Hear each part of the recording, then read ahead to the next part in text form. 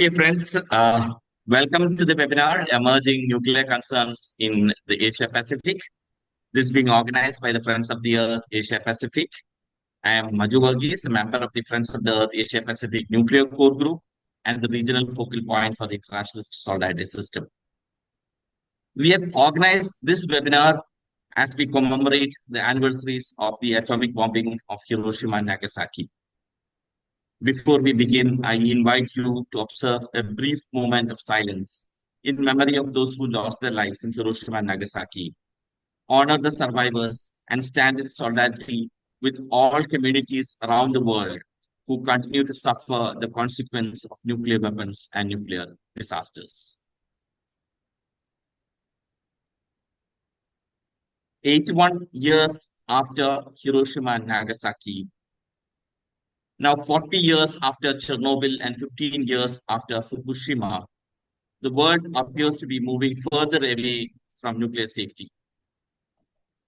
Our region has recently witnessed armed conflict involving two nuclear-armed states, attack on nuclear facilities, continuing wars and geopolitical tensions that raise the risk of nuclear escalation and catastrophe. Reflecting these growing dangers, the doomsday clock maintained by the Bulletin of the Atomic Scientists stand at 89 seconds to midnight, the closest it has ever been in its history. Across the Asia Pacific, we are witnessing a dangerous resurgence of nuclear power and nuclear technologies. Governments and financial institutions, particularly the World Bank and the Asian Development Bank, are once again promoting nuclear energy under the banner of clean energy transition, energy security, and meeting the rapidly growing electricity demands of artificial intelligence and data centers. Many countries in the region are planning new nuclear plants or expanding existing capacity. Small modular reactors are being promoted as the next generation of clean energy solutions, while communities continue to raise serious concerns about safety, militarization, radioactive waste, land acquisition, and privatization of the commons. This webinar brings together Friends of Earth groups from across the region to share their experience and perspectives, examine what is happening in Asia Pacific, reflect on emerging trends, learn from ongoing struggles, and strengthen regional solidarity for a nuclear-free, peaceful, and just future. The keynote address for this webinar will be delivered by Hajime, Secretary General of Citizens Nuclear Information Center, Japan, who will speak on nuclear landscape and emerging nuclear issues. Other speakers include Ayumi Fukushima from Friends of Earth Japan, Udit from Friends of Earth Australia, Esther from KFEM Friends of Earth South Korea, Saumedata from Mausam and Friends of the Earth India, Whiteley from the Friends of the Earth Europe, and Wahyu from Walhi Friends of Earth Indonesia. They will share perspectives on different topics, challenges, policies, and people struggles emerging across the region. The webinar will be moderated by Manish Chowdhury, Regional Facilitator of Friends of the Earth Asia Pacific from Bangladesh. I warmly welcome all of you to this webinar and look forward to your active participation. As we have a full program and are limited by time, we encourage you to post your questions and comments in the chat box throughout the session. The webinar will be recorded, and by participating, we hope you are providing your consent to the recording. With that, it's my pleasure to hand over the session to our moderator, Mr. Manish Chowdhury, to take the program forward. Thank you, and I hope you have a productive and inspiring discussion. Over to you, Manish. Thank you, Maju. Thank you for that introduction. And I see that, quite a few people have already joined the webinar. We have 69 people already in here. More are joining. And I think it's very encouraging to see that, the interest in the region to talk about nuclear issues.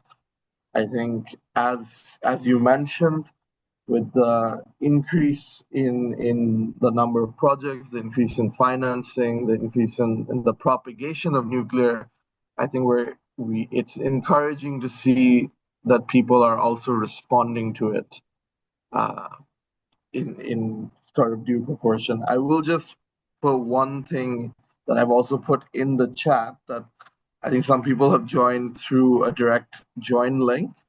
So if you could rename yourself in in the in the settings, I think that would be very helpful. Um, yes, please feel free to post comments and questions in the chat. There will also be a section at the end of the discussions for Q&A as well. But we have quite a few speakers today, and I don't want to delay anymore. So without further ado, I'm going to pass over for our keynote speech today to Mr. Hajime Matsukubo, who's the director of the Citizens Nuclear Information Center. He was born in Hyogo Prefecture, graduated from International Christian University, and completed a master's degree at Hosei University's Graduate School of Public Policy. After working at a financial institution, he joined CNIC in 2012.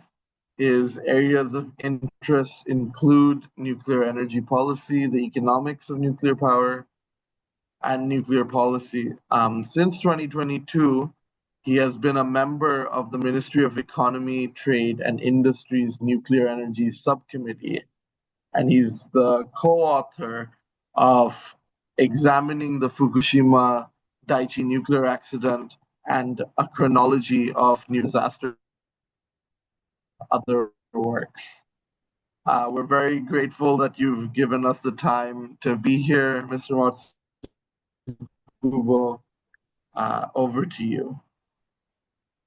Thank you for your introduction. My name is Hajime Matsukubo from Citizens Nuclear Information Center, an anti-nuclear think tank in Japan. Thank you for the opportunity to speak today.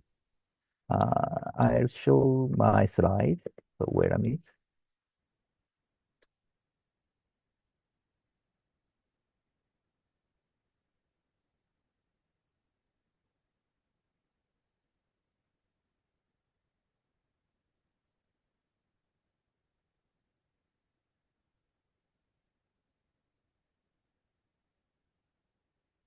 My slide is on. Okay, thank you.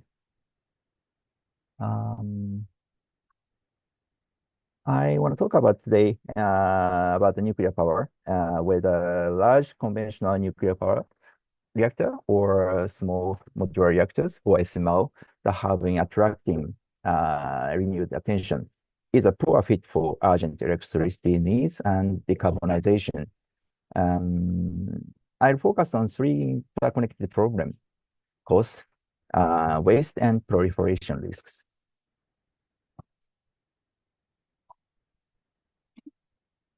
I have 4 points today. The nuclear industry has been making a vigorous comeback in development financing circles. The argument is familiar, stable, and baseload power, low carbon, and now supposedly cheaper, faster to build SMRs. I want to examine each of these claims carefully because the evidence tells a very different story. First, the cost. Large nuclear power plants typically cost between 10 to 4 billion US dollar per site. These are not projections. These are overtime figures. Two projects illustrate the problem particularly well. The Flamanville plant in France was initially announced at approximately 15 billion US dollar. Subsequent scrutiny by the France Board of Audit revised the figure upward to roughly 27 billion US dollar. Similarly, the contract for the Baraka in the UAE stands at approximately 22 billion, but independent estimate that of actual cost closer to 33 billion US dollar. Baraka was built by Korean KEPCO, Korean's nuclear power company. Proponents often point to South Korea as a counterexample of cost discipline. And it's true, Korean construction costs are lower, but Korean nuclear is not replicable in export context. It reflects decades of domestic institutional running, tight vertical integration, and a regulatory environment that is not transferable to borrowing countries. The headline number, 10 to 40 billion US dollar, is a realistic range for any country considering nuclear power plants with MDB support. So what about SMRs? Surely smaller means cheaper. On the power side basis, yes, SMRs are somewhat less expensive, but recent real-world data put actual SMR cost at 9 to 15 billion per site. The first new-scale project in the United States was cancelled after projected cost more than doubled. Ontario Power Generation's Darlington SMR, the first to receive regulatory approval in North America, has not yet published the final cost. These are fork, first-of-a-kind plants.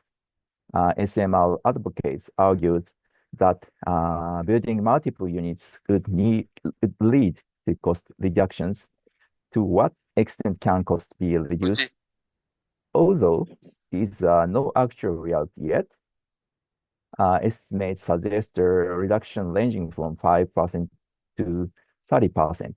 Furthermore, if the construction period is extended, cost will increase significantly. Even if you build optimistically as a 30% reduction, SMR remains a very, very costly power source. More importantly, on a per megawatt basis, SMRs are more expensive than large plants, not less. Economies of scale work against small reactors.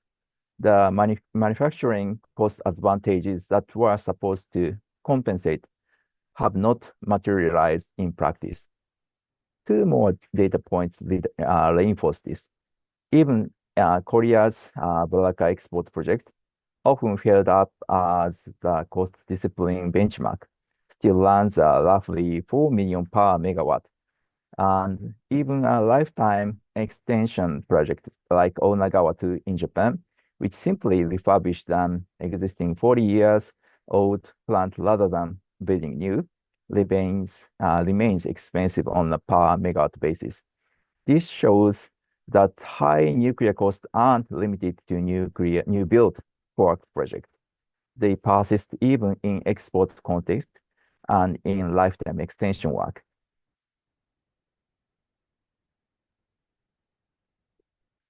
Now let's look at the actual numbers behind the cheap nuclear myth.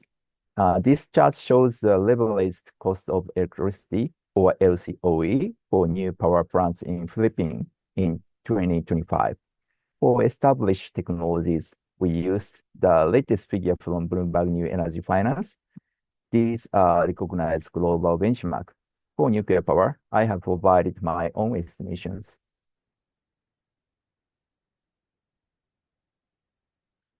These numbers are from Bloomberg New Energy Finance, and this one is from my estimation.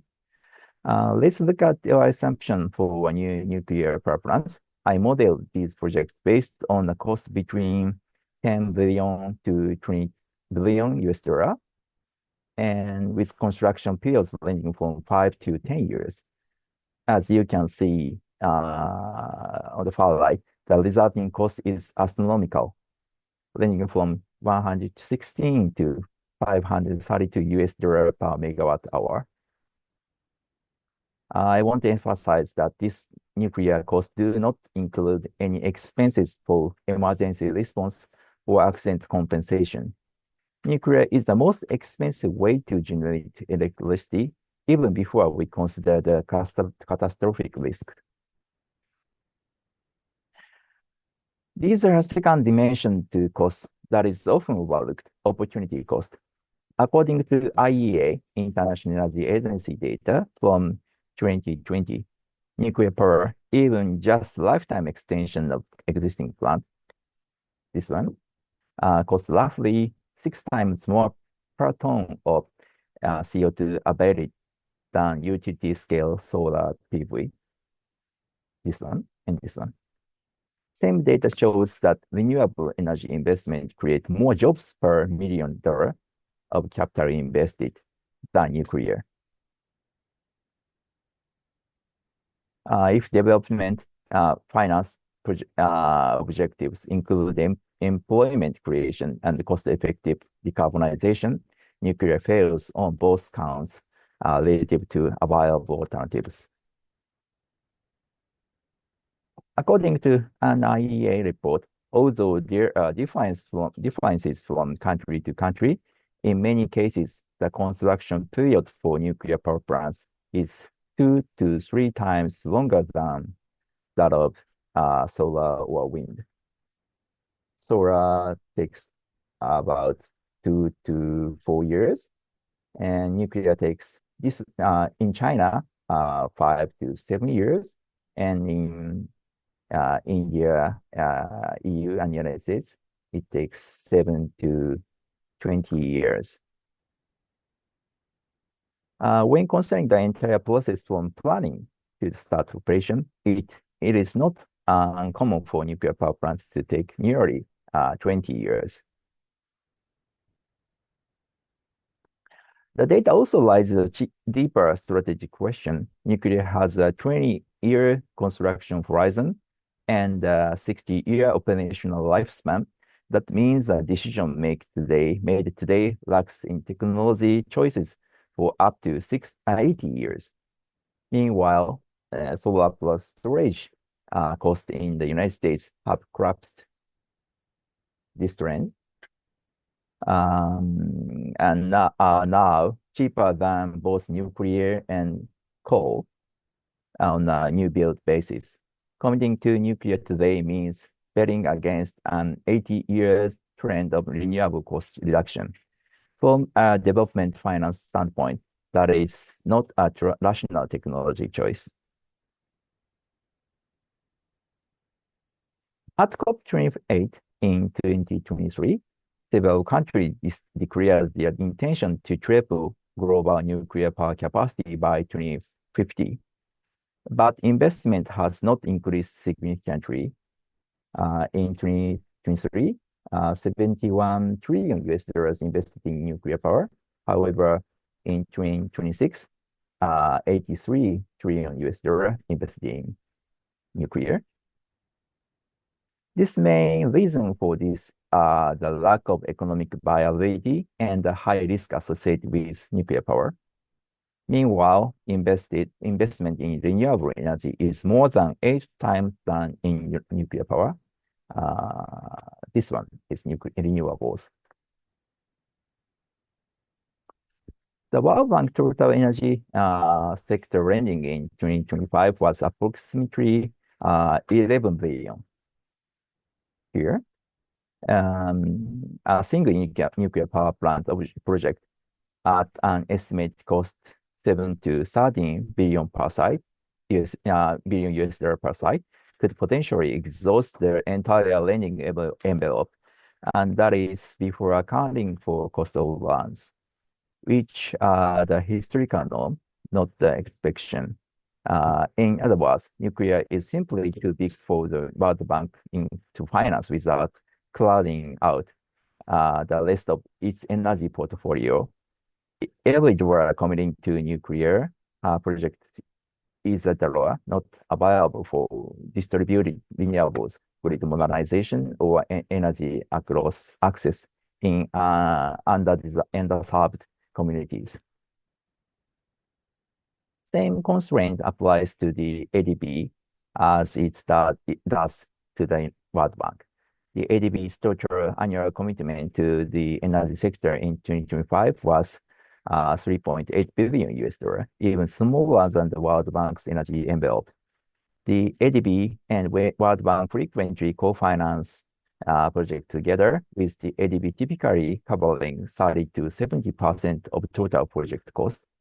Given that if an SMR project costs 10 to 15 billion US dollar per site, it's entirely possible that even the ADB's entire annual energy sector's lending allocation would not be sufficient to cover its share.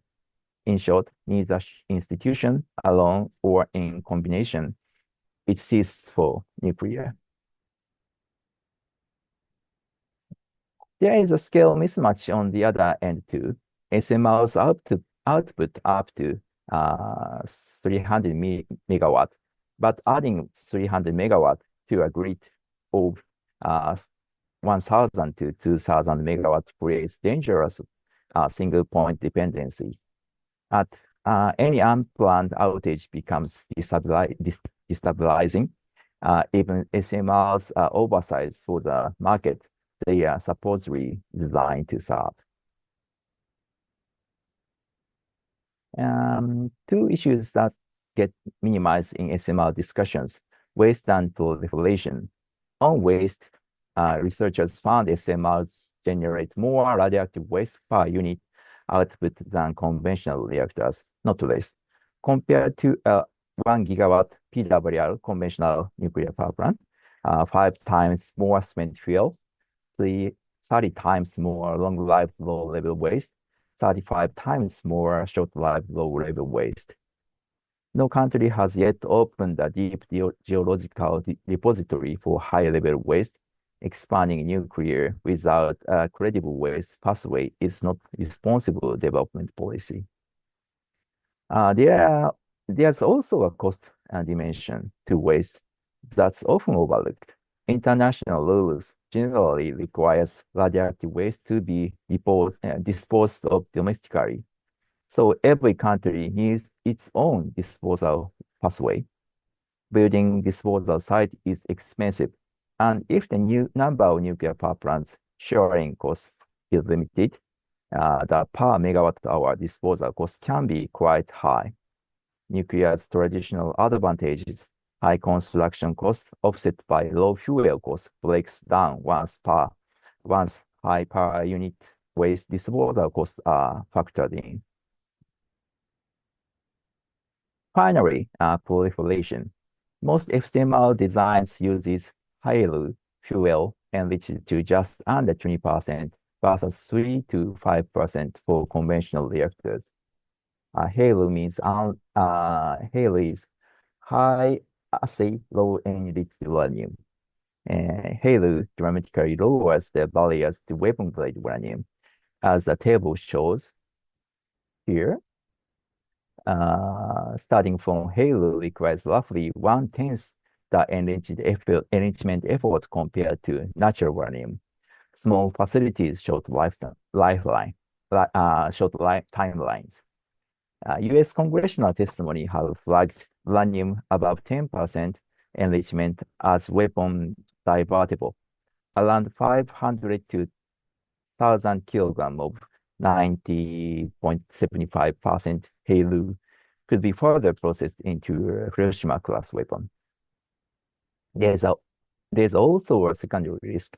HALEU spent fuel has higher residual uranium-235 and plutonium concentrations, improving reprocessing economies and creating incentive to develop reprocessing capabilities. And the reprocessing capability means it gives a proliferation risk. So the summary table tells a story. Large or small, nuclear is too costly to large for the budget, generate more waste per unit, and in the SMR cases, introduces new proliferation risks. Nuclear power is the relevant tool for development finance in an era of energy transformation. Thank you very much.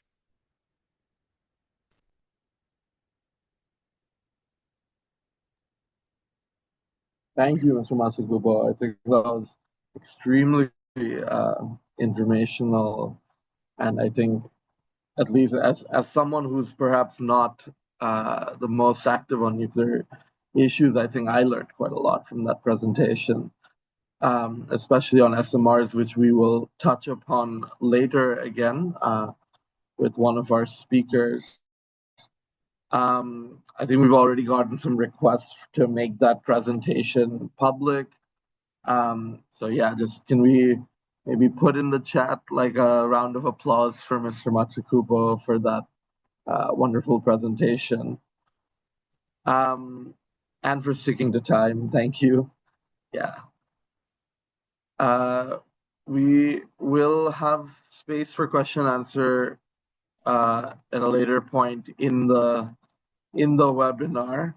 But while we're on a roll, I'm going to maybe hand over to our second speaker, which is going to be Ayumi Fukakusa, who's the executive director of Friends of the Earth Japan and a climate change and energy campaigner.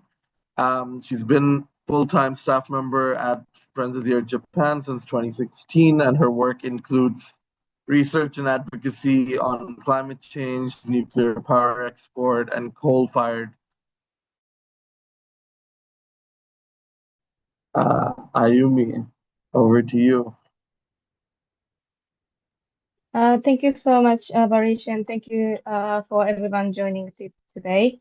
Let me share my screen first.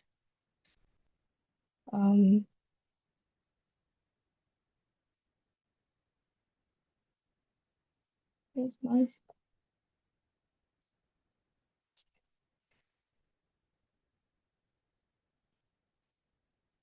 Can I see my screen? Okay, thank you. Again, hello, I'm Ayumi Fukakusa from Friend of the Earth Japan.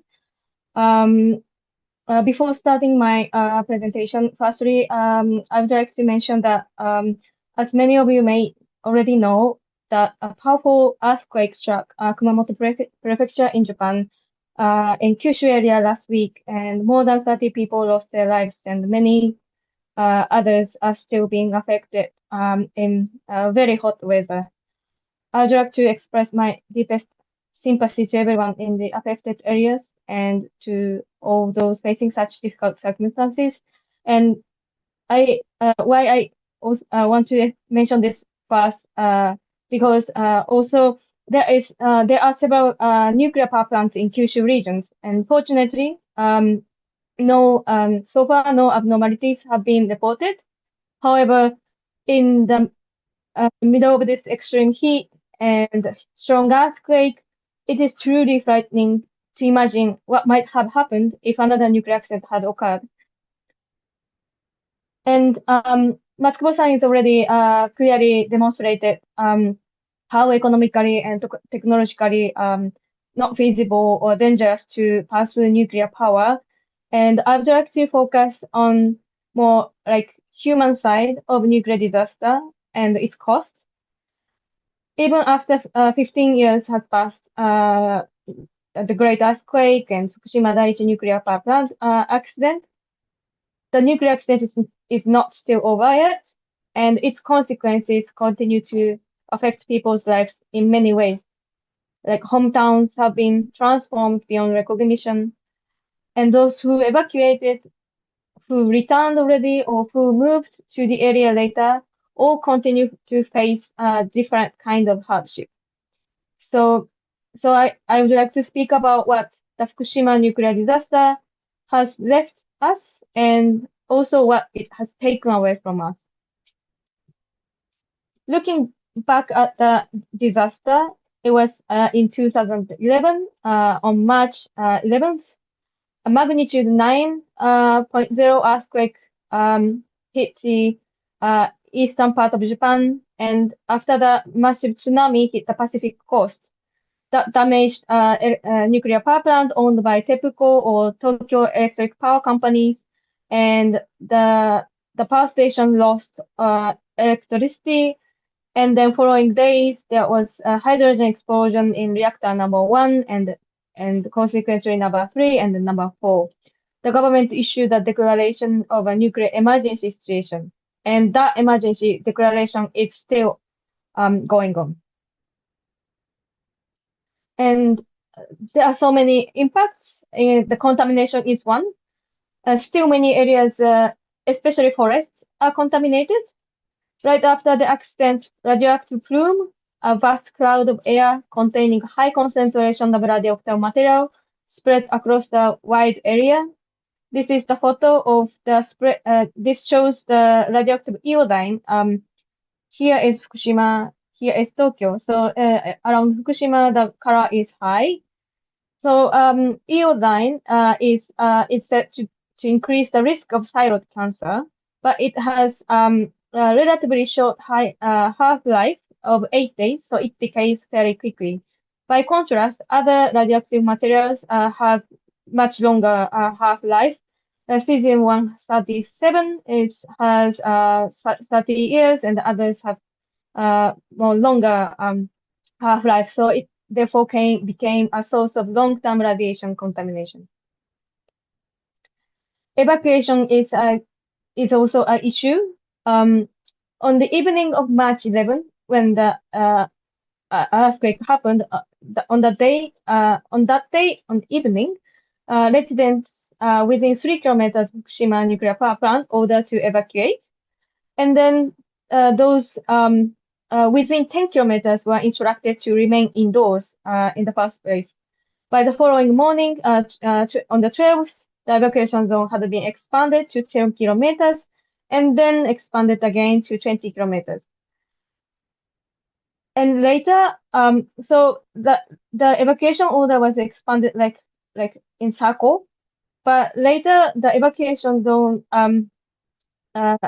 even the initial evacuation outside of initial evacuation zone, there was high radiation contamination was detected.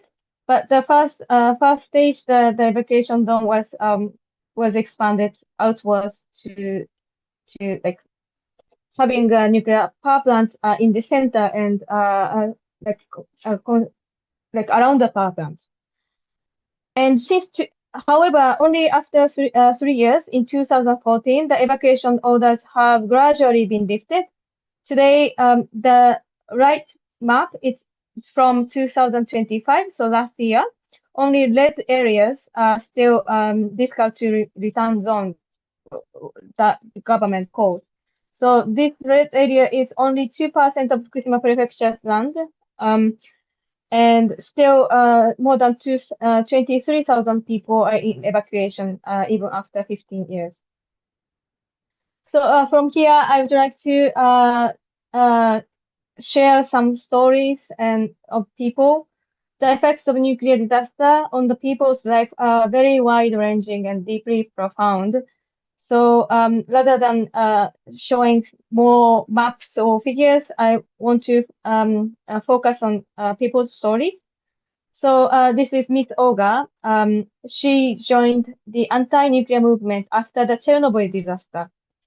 And she fell in love with the beauty of Fukushima. And she decided to move there. And she said, what a wonderful place it was. What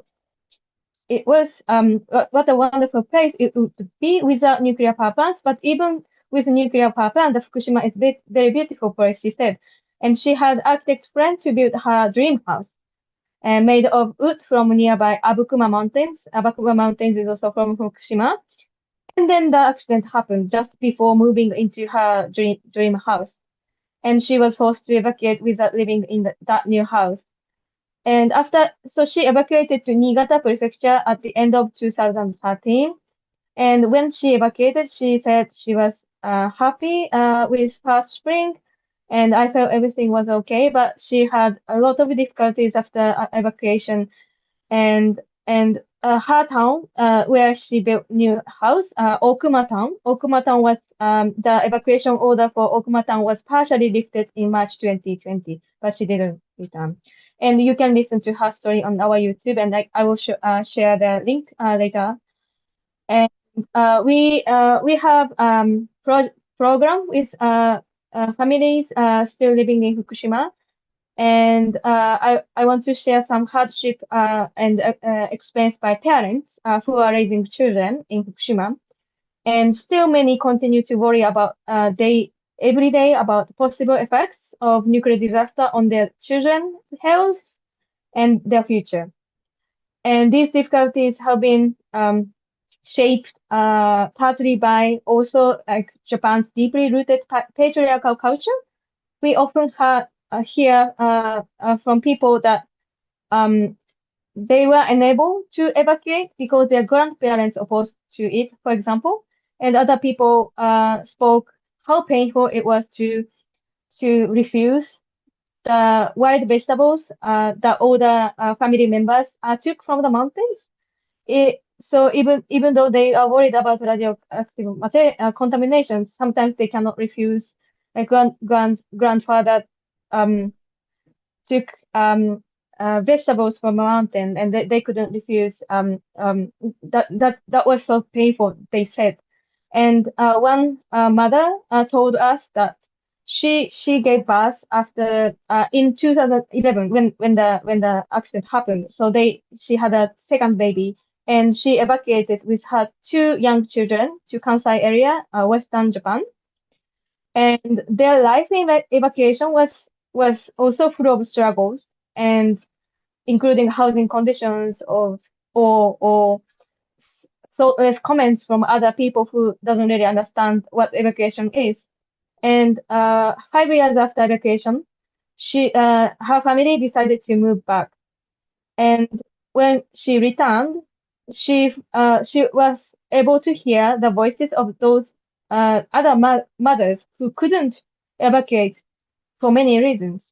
And she shared with us that one mother who had her story and said until then she has been so jealous of those who had evacuated and blaming herself why I couldn't evacuate it. But after this mom shared how difficult the evacuation life was too, and then the other mom said like we are both victims and we should not blaming each other for our actions.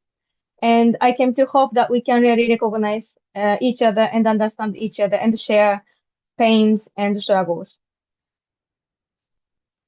And there are many other testimonies. I wanted to share Fisher Folks' testimonies, but I don't think I have time. So I will share the link of the testimonies later on. So please listen to these voices.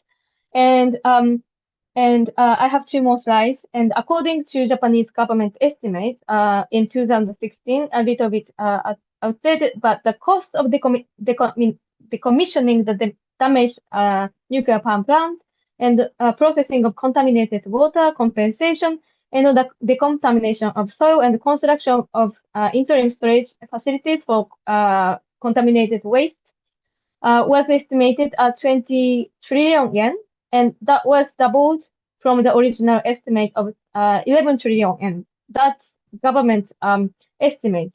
But this doesn't include many other stuff, and other private think tank estimates the economic cost of accident would be from 35 trillion to 80 trillion yen. Maybe this is or even underestimated the cost, but this cost doesn't include any like pains or struggles faced by victims and communities still affected by nuclear disaster. So in closing, nuclear power is not simply a question of technology or the choice of policy. I think it is a system that demands a lot of sacrifice of nature, human rights, and people's life. And it's not only occur when the accident happens. It is happening throughout the supply chain from uranium mining among workers for nuclear power plants, among people living near nuclear facilities, and among those affected by accidents. And I'd like to reiterate that when the nuclear accident occurs, the losses are not only economic. People may lose their homes, communities, families, and cultures, and connection to their homeland.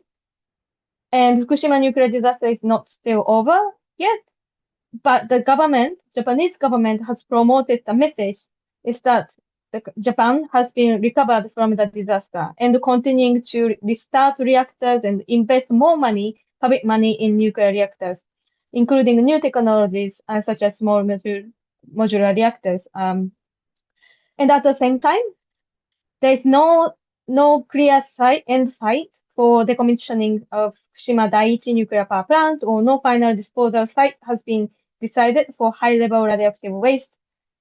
But I wanted to share one more video, but I don't think I have time. But my like our fellow anti-nuclear activist Muto Rico mentioned that our resistance remains strong and meaningful. Across Japan and across world, people continue to defend their communities and stand together. So we must listen to these voices, and that has been largely ignored by policymakers and companies. And remember the lessons of Fukushima and work towards an energy future that doesn't sacrifice people or the planet. Thank you so much. I'll stop here.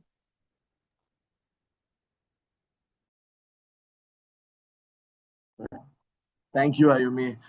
No, I'm really glad that the core message really came through, that it's more than just numbers. There's a human element, a human cost of disasters like this, in addition to the simply staggering numbers that you also shared with us. So I think that was very much appreciated. In the interest of time, I'm going to move us on to the next speaker, which is going to be Vitaly Servetnik, who's an anti-nuclear activist from Murmansk in the Russian Arctic Northwest. He's currently a member of the Environmental Crisis Group, an organization supporting environmental human rights defenders in Russia.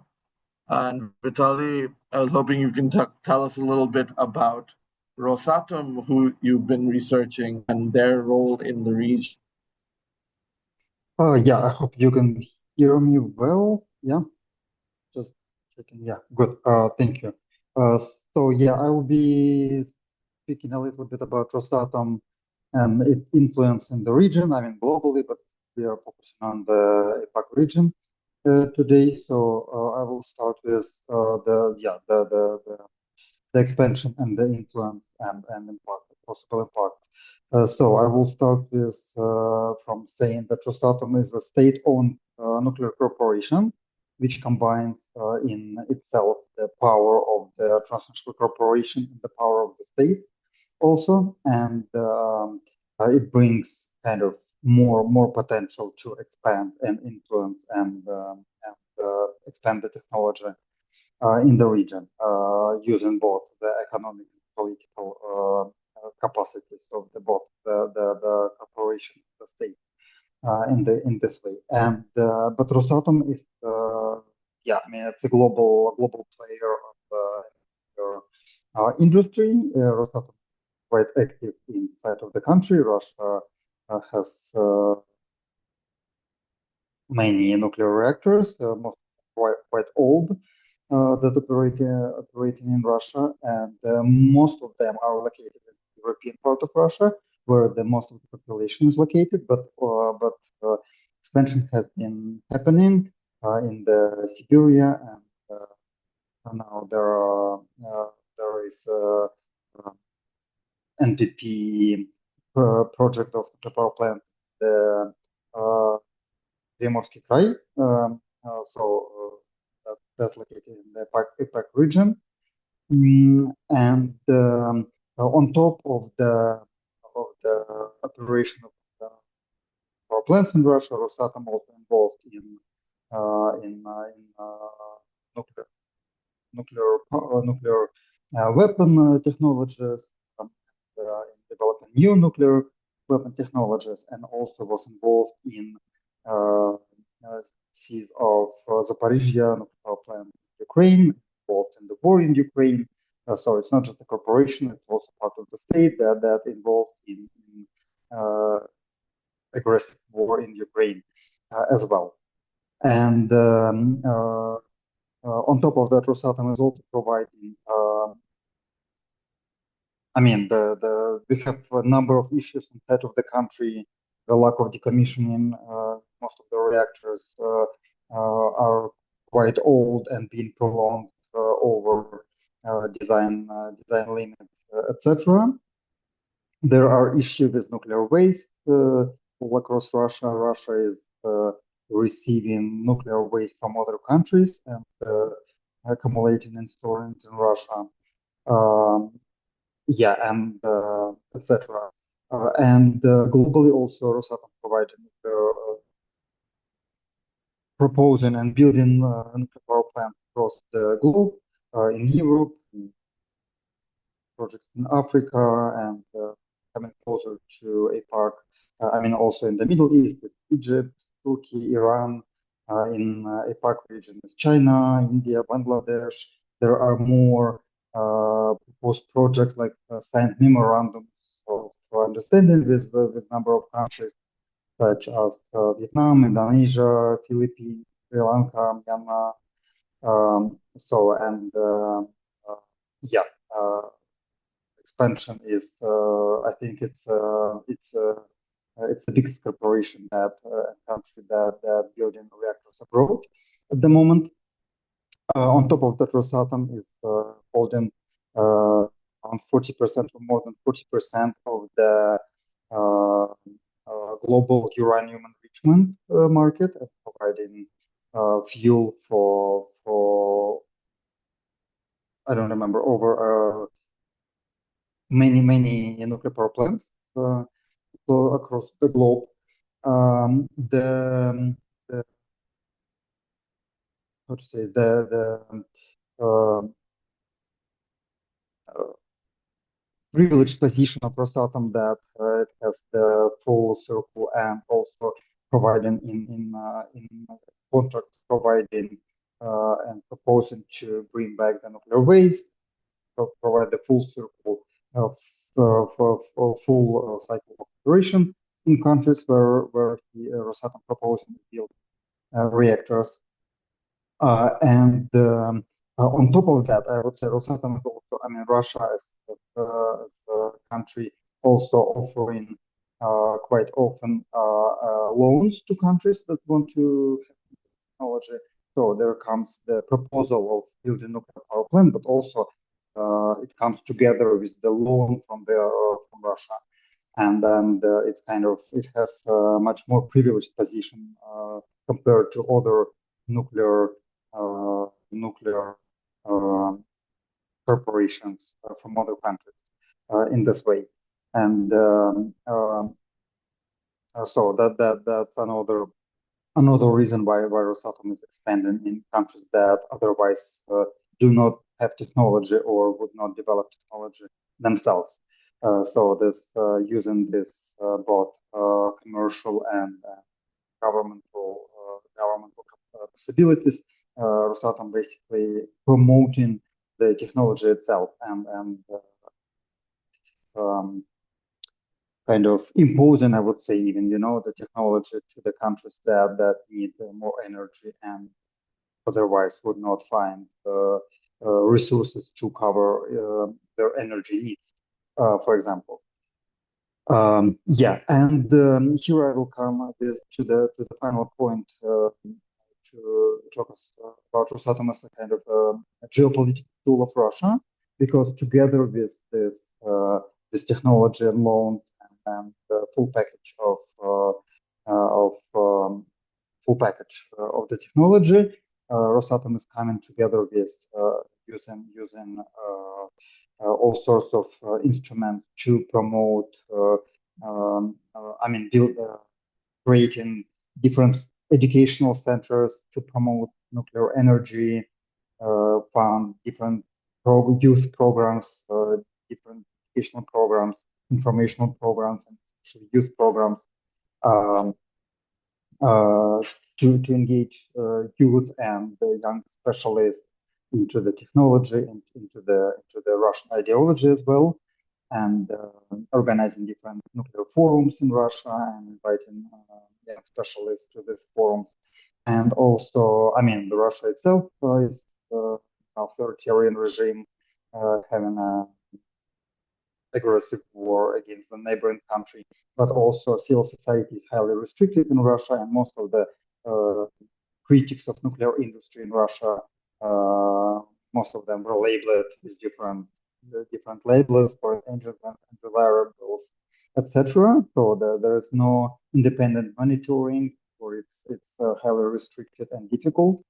And we also see that in countries where Rosatom building nuclear power plants, we see similar situations when civil society critical voices to nuclear projects are restricted.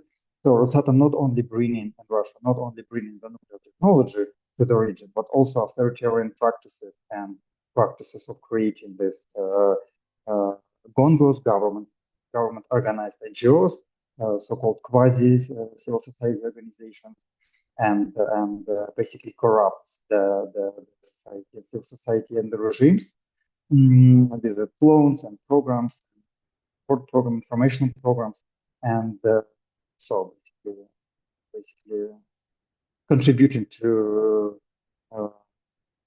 backlash on necessary climate action, etc. And yeah, so this should be looked at not only threat of postponing climate action and nuclear technology itself, but also creating kind of dependency, economic dependency, technological dependency, also political dependency. Because if nuclear power plant is built in the country, then there's contract and dependency for now at least 60 years. So that creates not just temporary problem or like current problem with the new nuclear power plants, but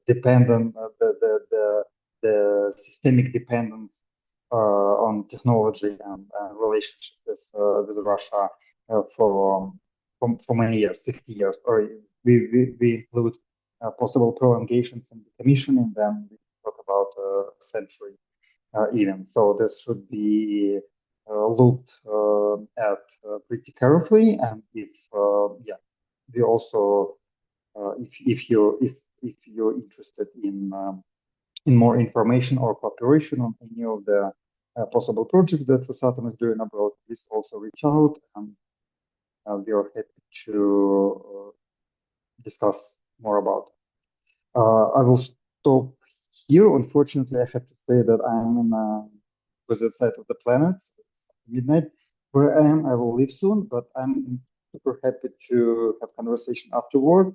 If you will reach out through Manu or Barish or anybody through APAC, I'll be happy to continue this conversation with you. And thank you very much for giving me space.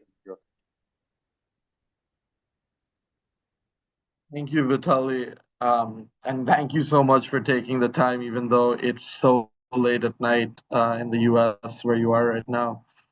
So I totally understand if you have to go, but and I will forward any questions that were specific to you as well. I think that was especially interesting for me personally. In Bangladesh is one of the big Rosatom projects, expansion projects, our first nuclear power plant, costing $12 billion, and now will be operated by Rosatom for the next few decades. But I think you also touched upon the geopolitical angle of nuclear, and I think the next speaker is going to expand a bit on that. So let me welcome Reid O'Loughlin, who serves as the coordinator for the Friends of the Earth Melbourne Nuclear Free Collective in Australia.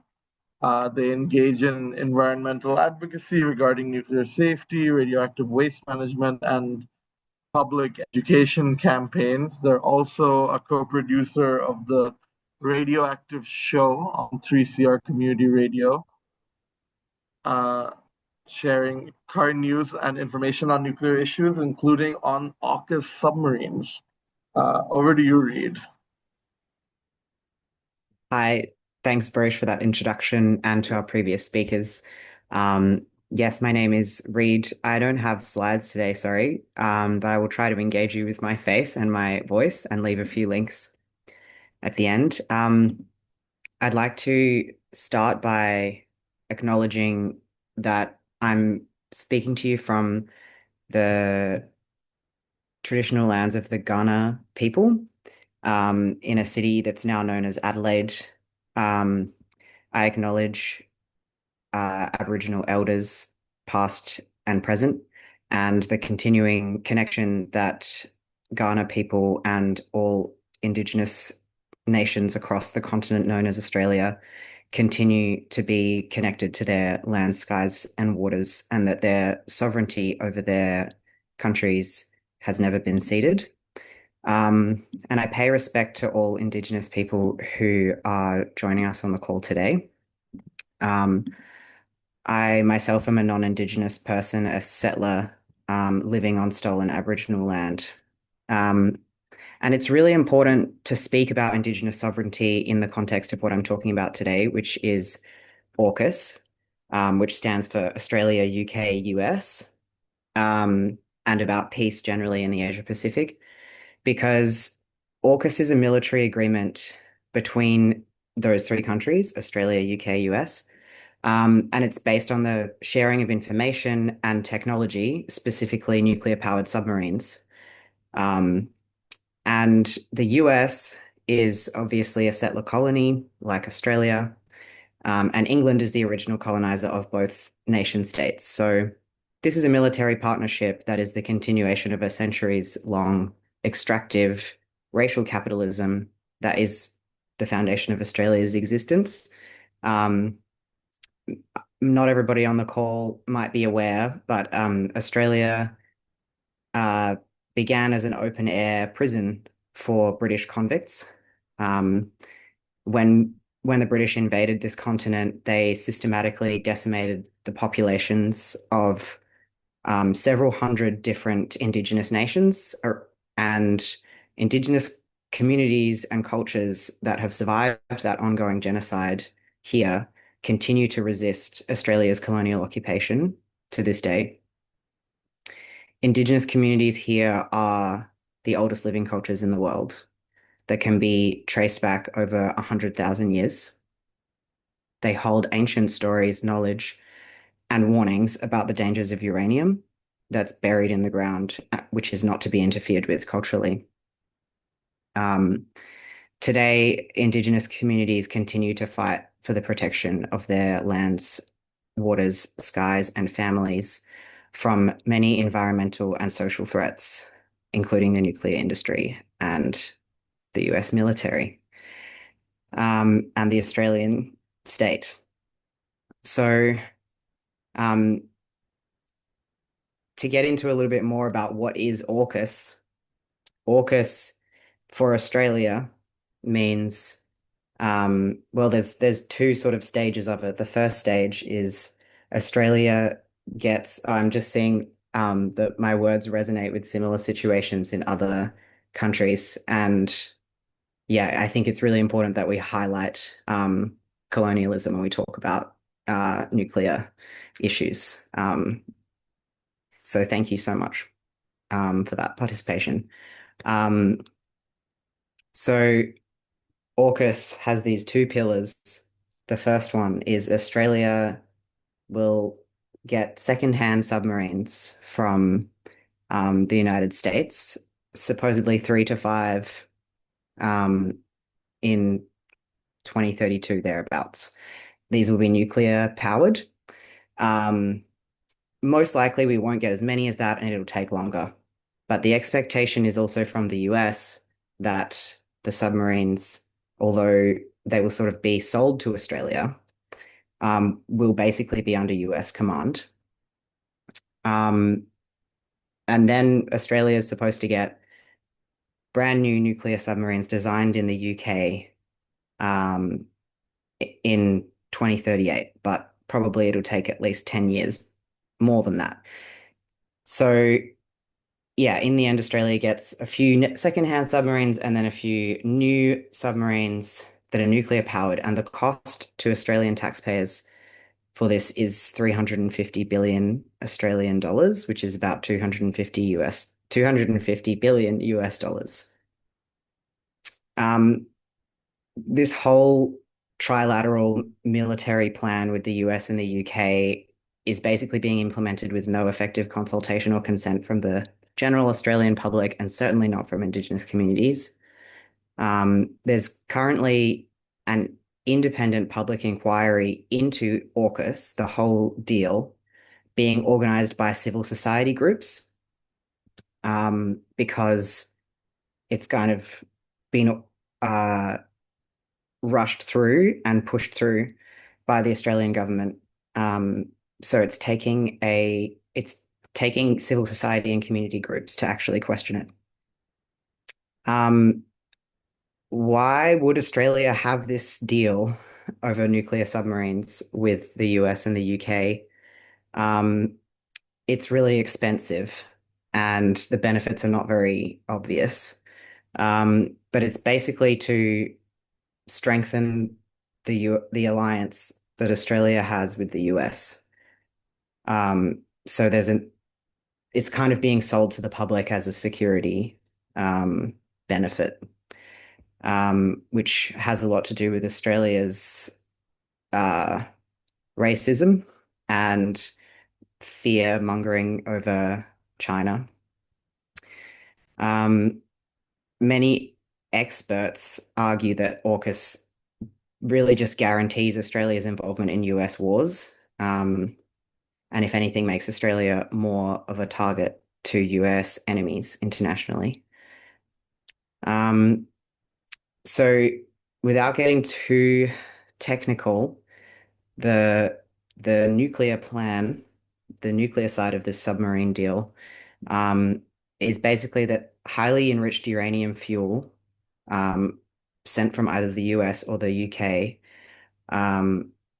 will be loaded into reactors that will be built in the UK but stationed here in Australia. And then the reactors will be put into the submarines in Port Adelaide, which is about 20 kilometers from where I am now in the capital city of South Australia. Highly enriched uranium can be used for weapons, as Hajime explained in the keynote at the start. And so each AUKUS nuclear-powered submarine would carry enough highly enriched uranium for about 20 nuclear weapons. That's not the plan is not for them to be to carry nuclear weapons, but they are nuclear weapons capable. This is not a necessary feature of nuclear-powered submarines. It is possible for nuclear-powered submarines to be run on low-enriched uranium, which the French do. So AUKUS creates the possibility for future governments to push for uranium enrichment plants to create our own high-level uranium here to fuel the submarines, and also just makes Australia nuclear weapons capable for the first time.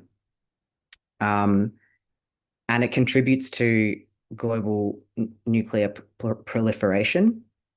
It creates an example that could embolden other countries to use nuclear submarines as a pathway for becoming nuclear weapons capable. For example, South Korea or Japan may be interested in using this kind of loophole or method to pursue nuclear weapons. So this is a danger for global regional nuclear weapons proliferation in Australia, in the region, and globally.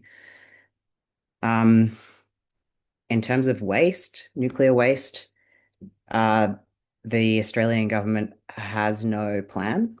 High-level waste is produced in the reactors of the submarines, not a huge amount, about 0.5 ton per submarine, but any amount of high-level nuclear waste is an unresolvable problem because no country in the world has a solution for disposing of high-level nuclear waste. The submarines will produce a much greater volume of medium and low-level nuclear waste, for which the government also has not announced any plans for the disposal of.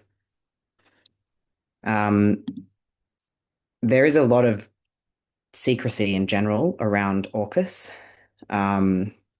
and safety concerns. Under new legislation brought through last year that was not properly debated, nuclear material produced by the nuclear submarines under AUKUS will be regulated by the Australian military.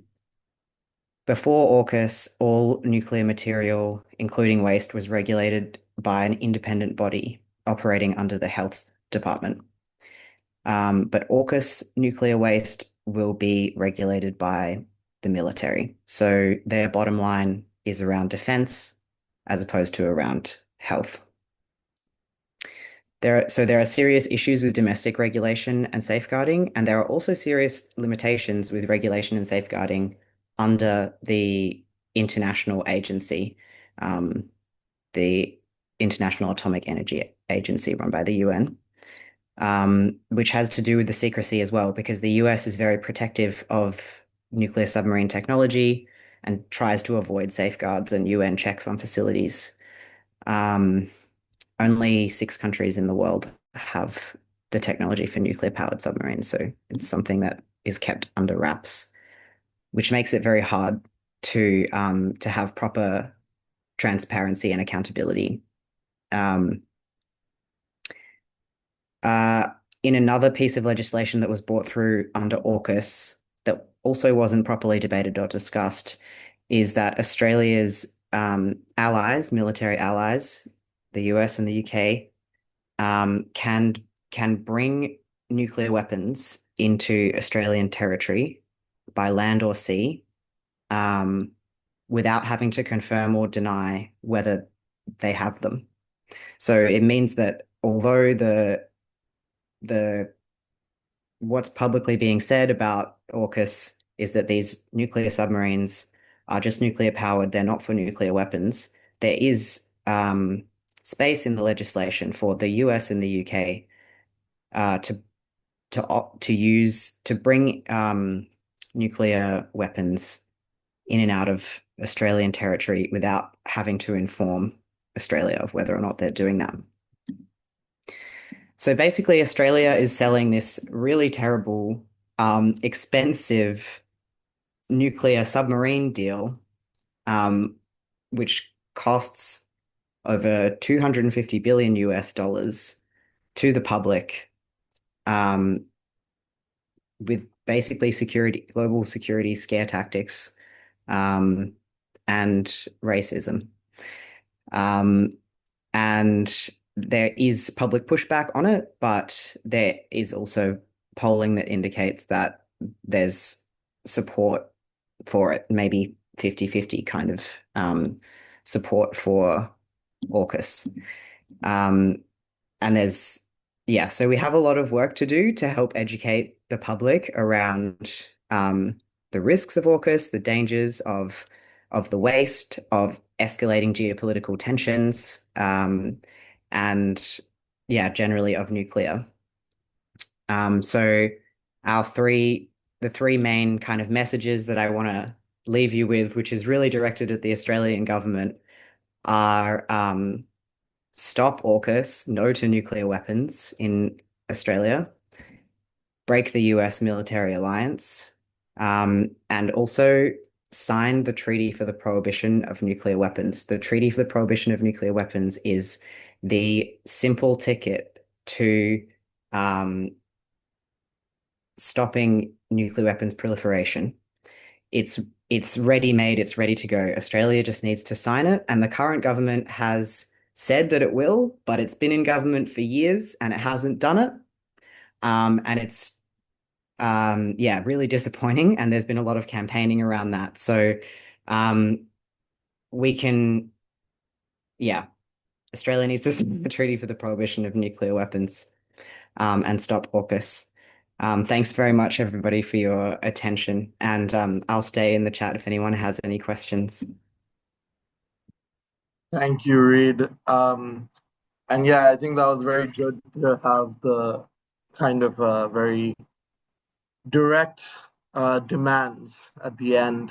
And I hope that we in the region can help support bringing that demand to the Australian government, especially to sign on to the Treaty for the Prohibition of Nuclear Weapons. just to move on to our next speaker, which is going to be Esther Yu, who is an activist at the Korean Federation of Environmental Movements, or KFEM. She works on nuclear energy policy, climate justice, and just energy transition.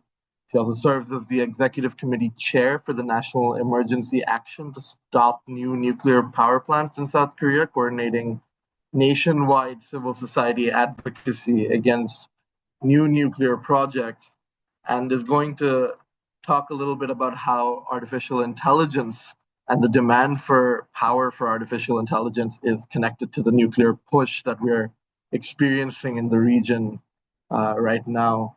Esther, over to you. All right, thank you. Thank you for inviting me here. Yeah, the previous presentation of Hatsune Matsukubo has already covered the general problem of nuclear cost.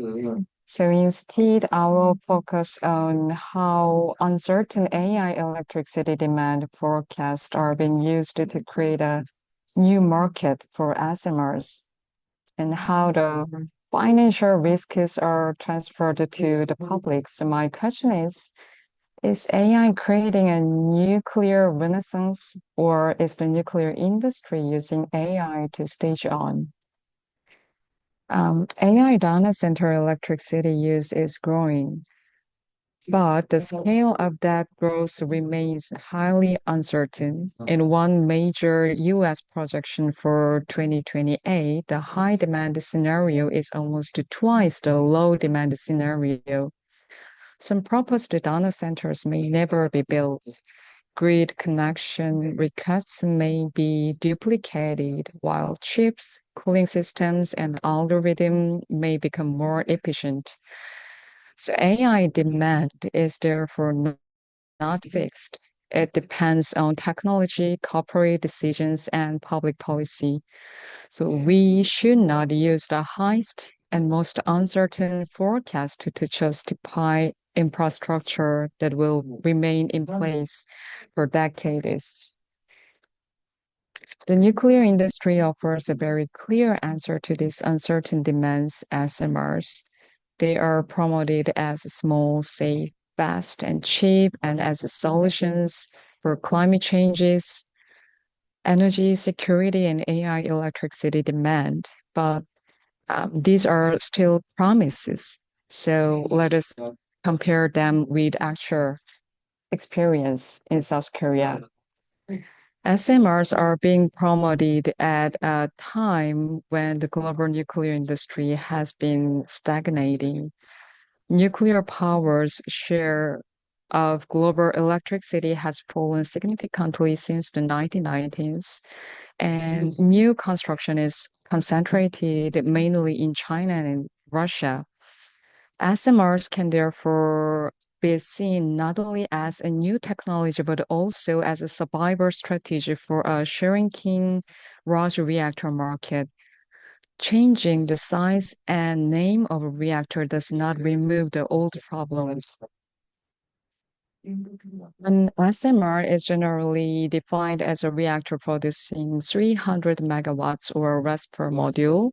The industry argues that factory production and modular construction will reduce cost and construction time, but these benefits have not yet been demonstrated at commercial scale.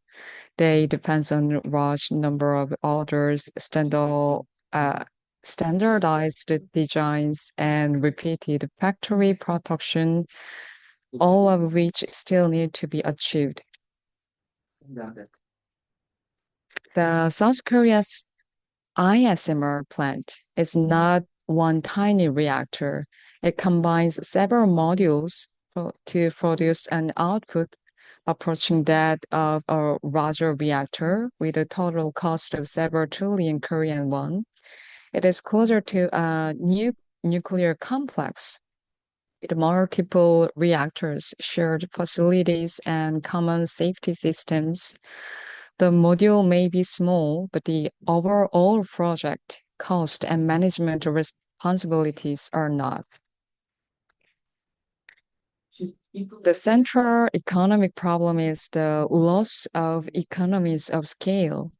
Larger reactors produce more electricity using one control room, one containment structure, and one operating organizations. SMRs lose that advantage. The industry hopes to replace it with mass production, but lower price require many orders, while securing many orders first requires a lower price. The mass market does not yet exist. This is not only a theoretical concern. All the SMR projects in Russia, China, and Argentina all experienced major cost increases. The technology were different, but the results were similar. The promises of cheap construction was not demonstrated in practice. So NuScale is one of the clearest examples. The company increased the size of its modules and combined several units to improve the economics. Even so, estimated construction cost more than doubled, and its flagship commercial project was canceled. The project also received substantial U.S. government funding, but a later audit found that its key objective had not been achieved. This shows that design approval does not guarantee commercial viability. It also shows how the risk of research, licensing, and first-of-a-kind construction can be transferred from private companies to the public.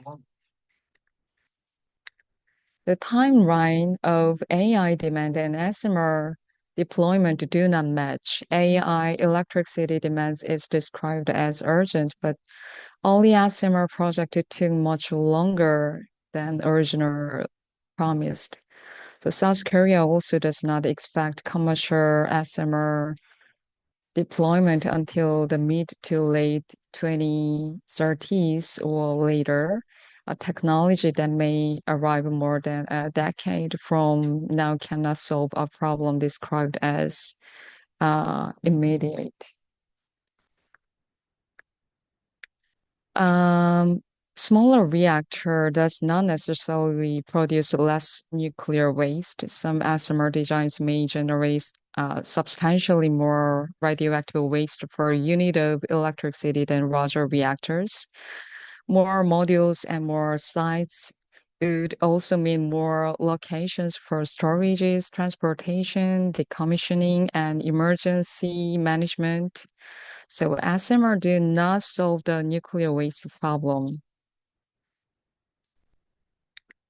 South Korea has been developing the smart reactor since the 1990s. It receives design approval and pursued overseas agreements, but no smart reactor was built or exported despite substantial public investment.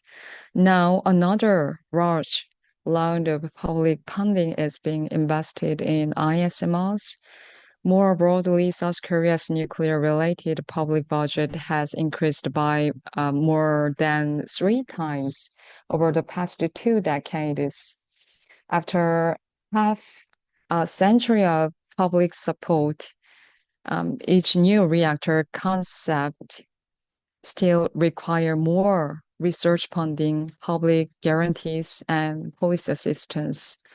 SMRs are presented as a new industry, but they look more like a new public investment cycle for a old nuclear industry.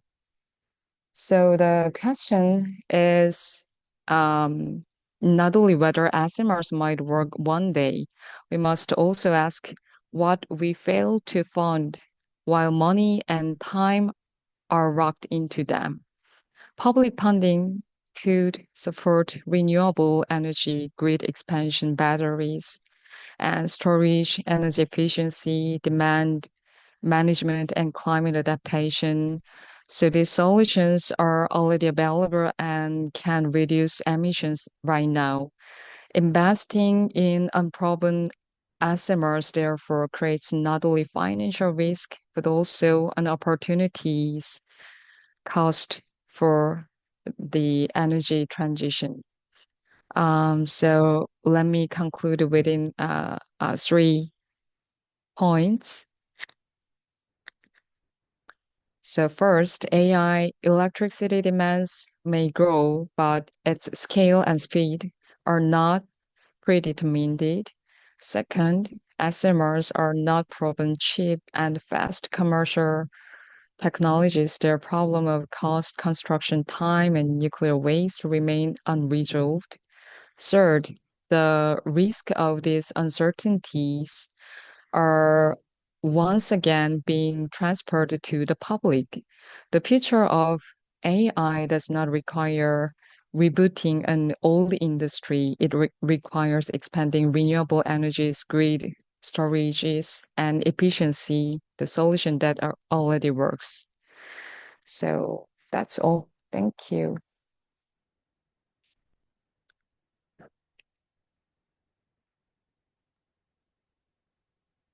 Thank you, Esther. Yeah, I think this is a very much a new and upcoming concern across the region, across the world, really. And we're seeing the kind of backlash is already starting towards data center projects across the world, and the immense amount of energy and water and resources that are being consumed and now trying to be met through the SMR boom. I'll pass now to Shomo Datta, who is a renowned people's science activist and social movement leader who's been deeply engaged with climate justice, sustainable energy transition, and ecological rights for more than 3 decades across India and South Asia.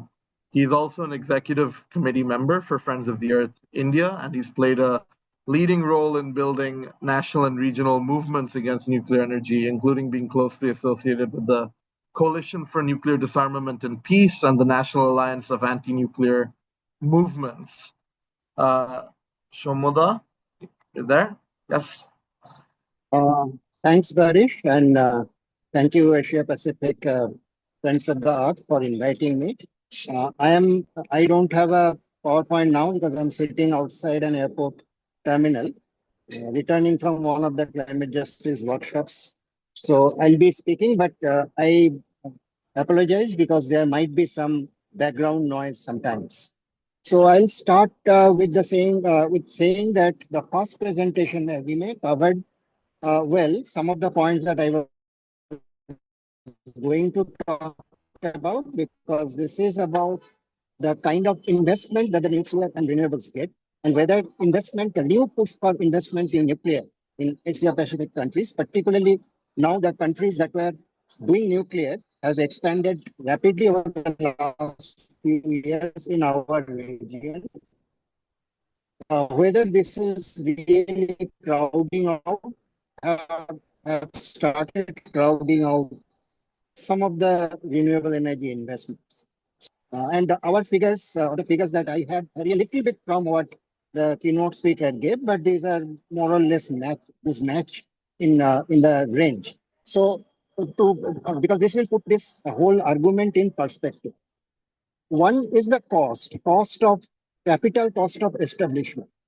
In our countries, whether it is India, India has one of the lowest costs for both solar and wind in the entire region and in the world. But if you compare the capital costs of installing 1 megawatt of solar, it is less than $500,000 in India. It's about 4 rupees per kilowatt or 4,000 rupees per kilowatt, that kind of thing. So 0.4 million to $0.45 million per megawatt.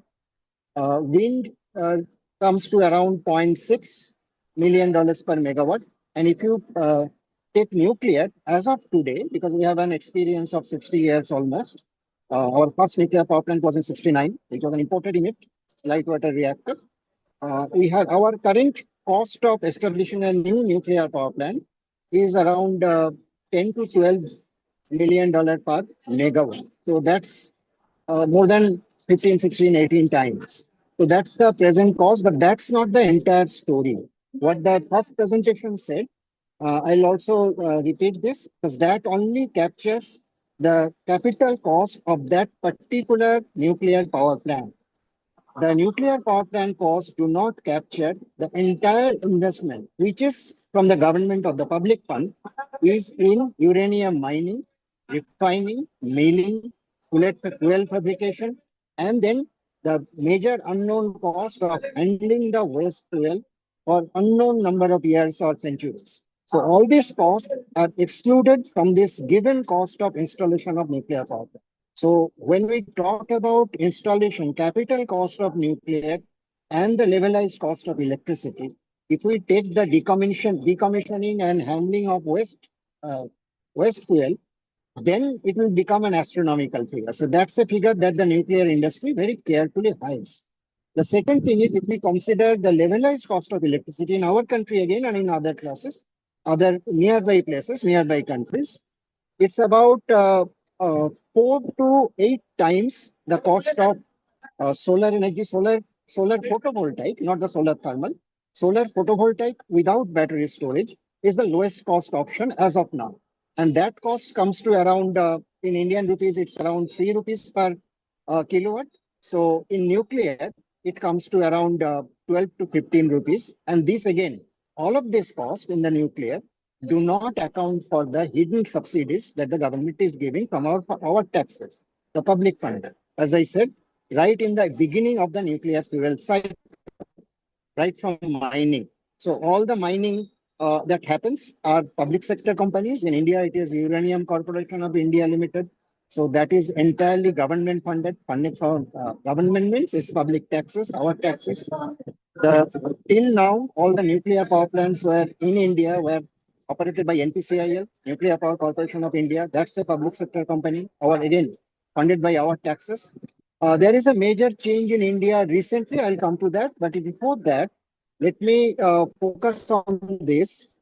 That okay, which countries have already been impacted in our region by the rising investment in nuclear power plant or nuclear power projects, where the solar and wind have already shown some decline. So if we look at the IEA data also, till last year, 2025, there is not a very significant decline in the investment in utility scale solar and wind. In fact, if you look at the figure, globally it is more than 80% of the new energy investment, of capacity that has come into stream. It's the same, more or less similar in our region, though new coal is also being, again, there is a new push for coal also.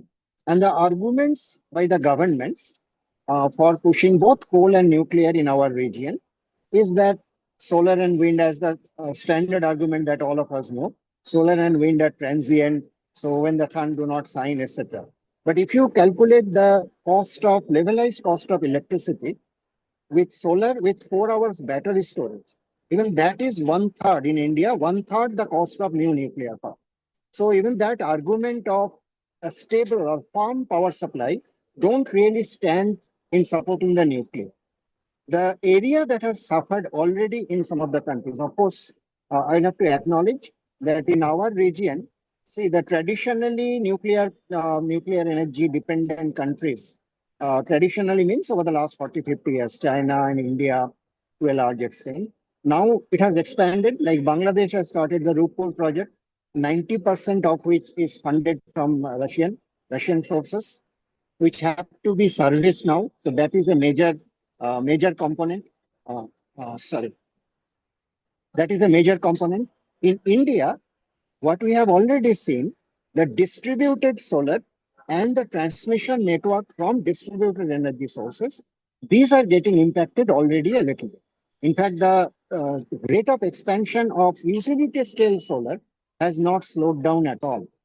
Over the last 3-4 years, 5 years, the rate of investment in wind, major utility scale grid connected wind turbines did slow down quite a bit, but that was not connected with the investment in nuclear.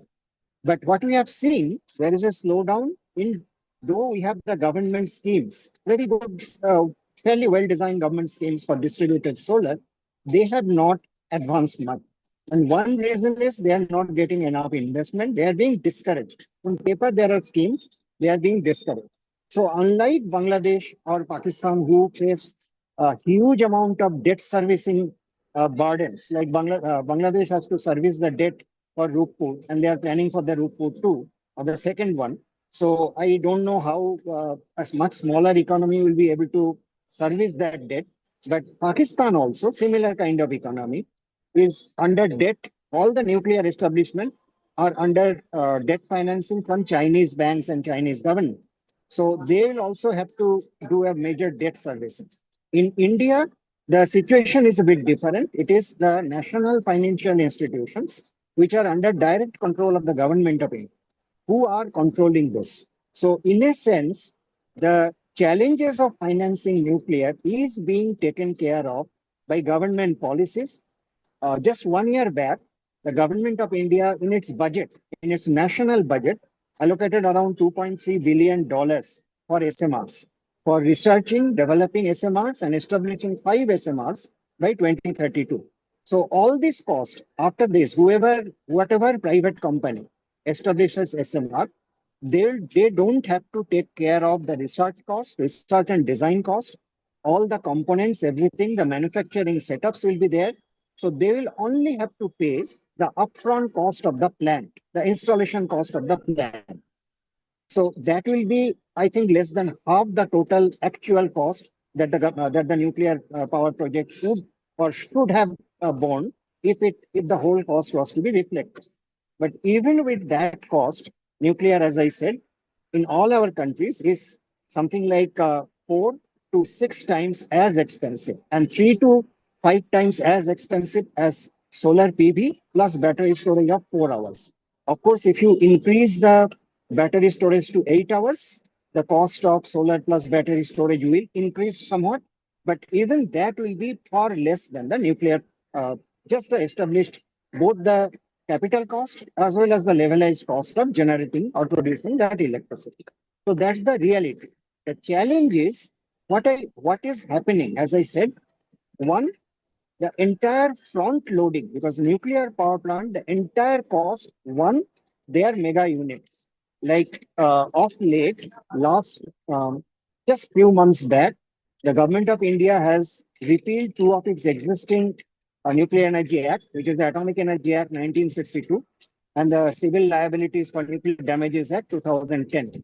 So the cost of liabilities, which was a very major component, in case any accident happens, the plant operator is still liable to bear the cost, but to a very limited extent. Now, the new liability regime, the new act that has come in, that limits the liability extremely low levels, and that limits the liability based on the capacity of the plant, installed capacity of the plant. If it is a 700 megawatt plant, the capacity, the liability is much lower. And so this kind of transferring the cost of uranium mining, uranium processing, uh, mining, processing, fuel fabrication to the handling of the waste fuel, all of this have been handed over to the public fund. So the government is footing all this bill. And the problem again is the entire cost of even the nuclear power plant. Like in India, from the time one is proposed to the point it is synchronized with the grid, it takes anything between 12 to 16 years. So that entire front loading of the cost and the debt servicing cost of those 12, at least those 12 to 15 years is a massive amount. And that is actually cutting out investment opportunities for renewable, particularly the distributed renewable. As I am repeating, in our region, at least there is no clear sign as of now, till 2025, that the utility scale solar has slowed down. Utility scale winds had, as I said, slowed down earlier, but last year there was indications that it is starting to pick up. We don't know what will happen now because after this new law that came in, which allowed any private entity to enter to own and operate a nuclear facility in the entire fuel cycle, which is an extremely dangerous sort of kind of permission. But this is now the reality in India. So that will change it very greatly, because what has happened as a result, there is a flood of new nuclear power plant proposals all over India. In fact, the place I am going from, there is a new nuclear power plant. It's the most backward state in India, but there is a nuclear power plant proposal in a district called Maka. The Konkan area, of Jaitapur power plant, which was supposed to be the world's largest nuclear power plant, that too is being revived. And in that region, four more new nuclear proposals totaling about 35,000 megawatt has come. So all these are, if you calculate all this into their massive investment, which is, as I said, which are anything between $3 to $6 million at least upfront cost just for the plant. Then there are related facilities of transmission distribution, which is borne by the government and the public funding. We're So gonna have that to is wrap up. okay. Sorry. I'll wrap up. So what I'm focusing on is, as of now, there is no clear sign that utility scale solar, wind, renewables have really suffered because of the renewed trust. One is the distributed renewables, which are the far more desirable option. That has suffered a bit. The transmission, the evacuation facilities from distributed sources, they have suffered. And the third area that has suffered, which is extremely critical, is the storage. Because unless we invest enough in storage, and there are problems in storage of some nature, like pump storage has a lot of opposition in India, and that's valid reason. But unless we invest enough in storage, the renewable layout, renewable expansion will also be hampered. So that's the scenario, and I'll be happy if there is any question, specific question afterwards. Thank you. Thank you so much, Shomoda. I think that was excellent and very informative. You covered so much. And I hope there will be some questions so that we can get you back to answer. I see there are some questions coming into the chat, but we'll come back to that.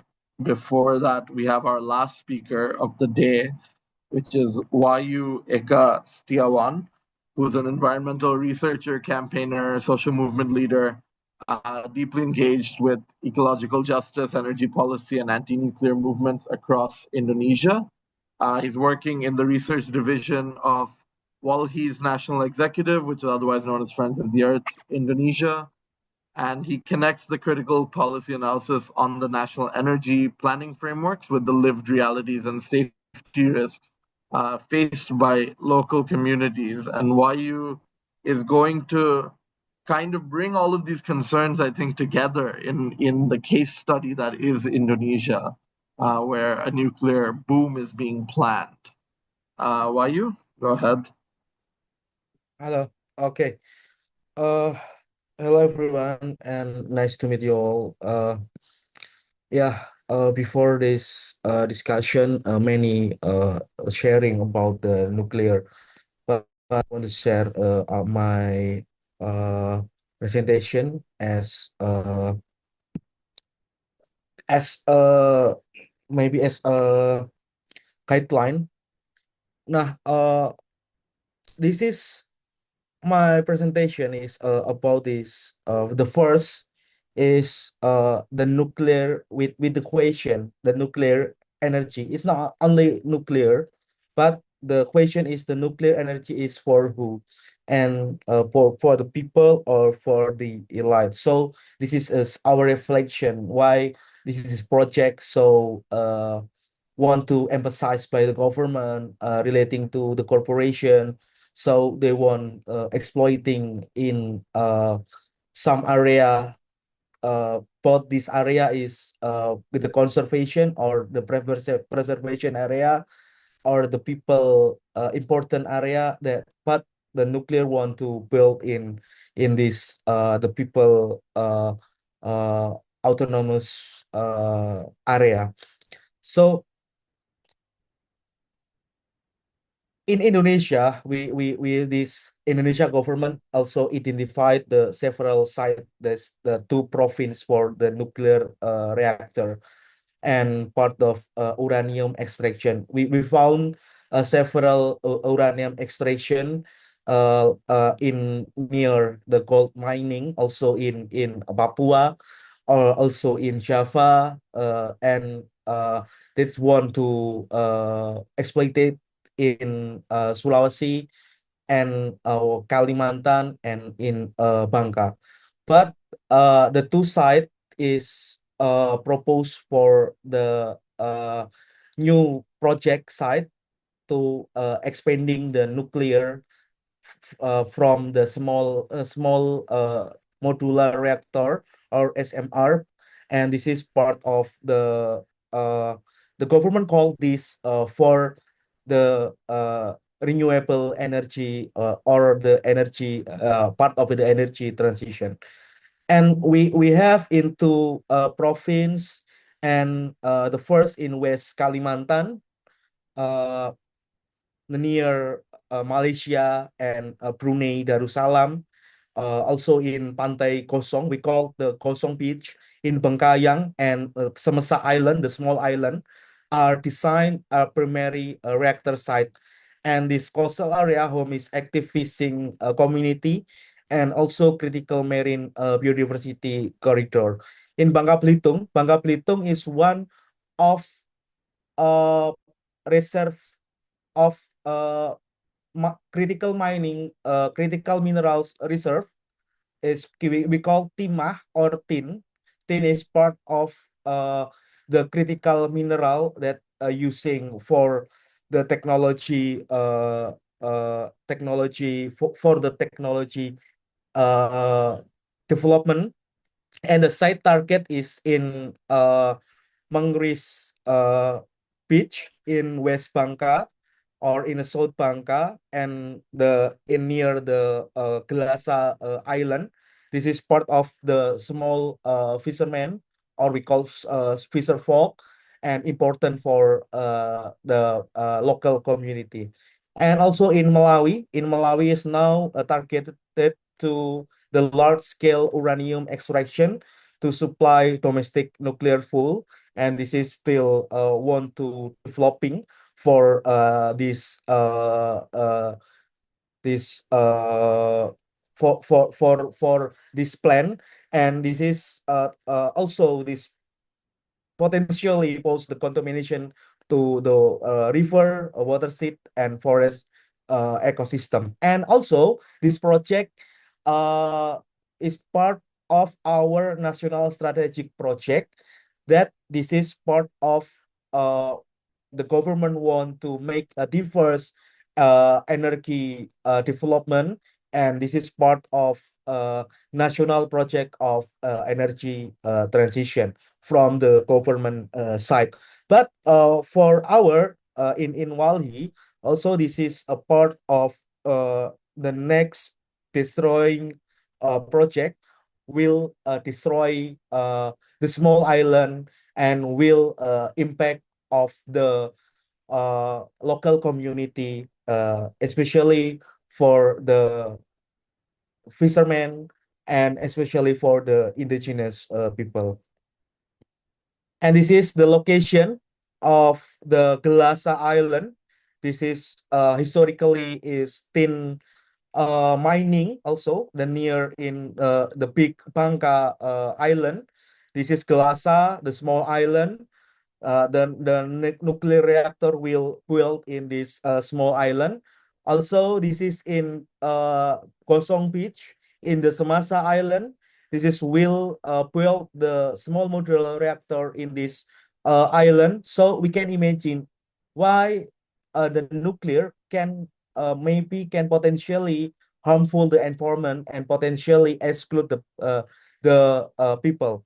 So we know about the nuclear is maybe is the nuclear technology for the some scholar or for the some people, the nuclear is more clean and more sustainability, but they have the high rise, and for the Indonesia context is more island is very high rise, and tentu especially surely they have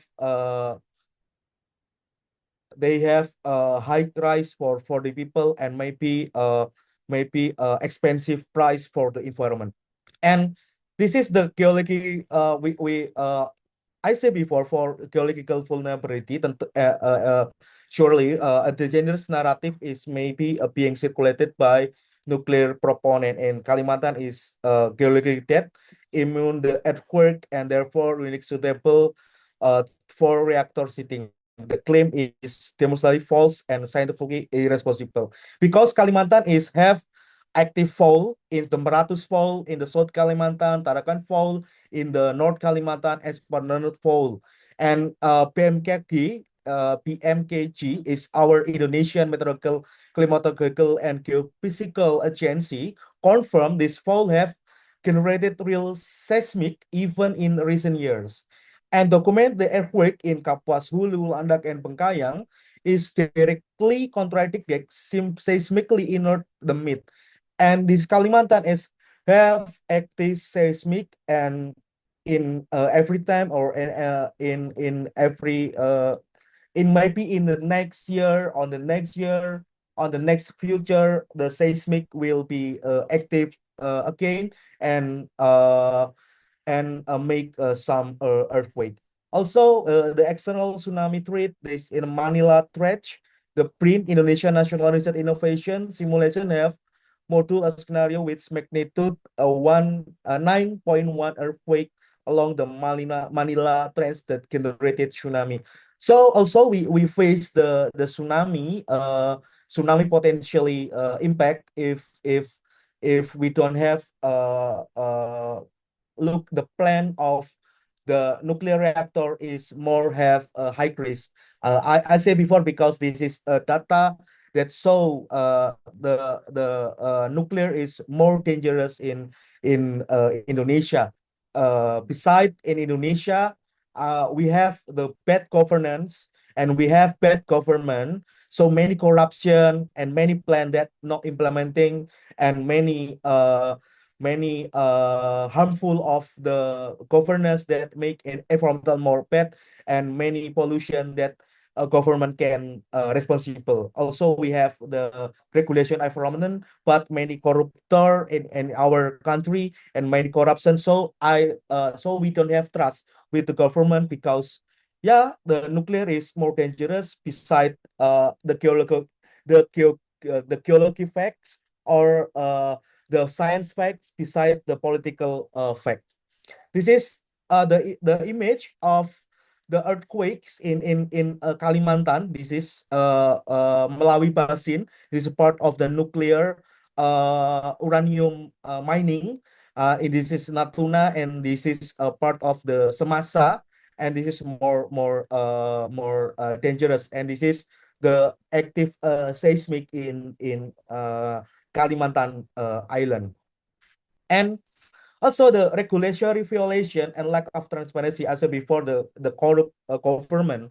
And also, this nuclear is plan is never involving the people, and never have the open information as usual, and also never have the participation. And Glasa is classified as ecological protected marine areas, and also they have for the home of many differs of fish, and many fish, and the hope the part of the living space for the fisher folk in Bangka. And the government never look this, and never hear this, and also the corporation close their eyes, and never look that island is never empty, but the island is have people, have the ecosystem, and they won't bring more the harmful and dangerous side in this small island. Also in Semasa Island. And the government agency side, the public assessment rate is 73%, or 87% in the support nuclear project. And when we feel investigation and radical different story, many local residents is report and never having been genuinely or honestly informed about the nuclear power plant, especially in Gelasa in Bangka and West Kalimantan. So the survey from the government is part of they won't claim and also claim that people accepting this, but different in the field area or the community also never hear about this project. Also, they distracting about the acceptance of nuclear, and now we fight against the nuclear, especially in Gelasa or the Periga, Batu Periga Fisher Folk community. And especially the major threat is radioactive. We can imagine what the small island can maybe can be harmful for the activity of the nuclear. And back to the our first question, the nuclear is for who? For the people, for the elite. And we can debating about the technical, but we cannot debating about the future or sustainability of the community living space. This is the people of Batu Beriga, uh, and while he Bangka Belitung protest, we connect with the fisher folk and the local community, around 2,000 people that march to the governor, and this is we connecting with the women and the youth to protest about the nuclear in the small island.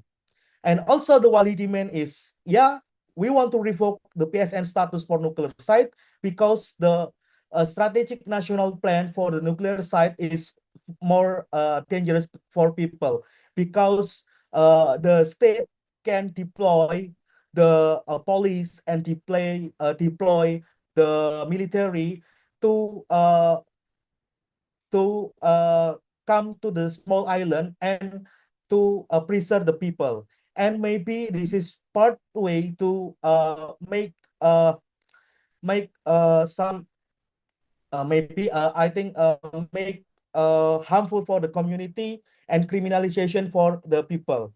Indonesia is one of most country that many harm to the community. Many activists or the people die because they reject the project plan or work protect the environment, and many criminalization to the activists also in the local community.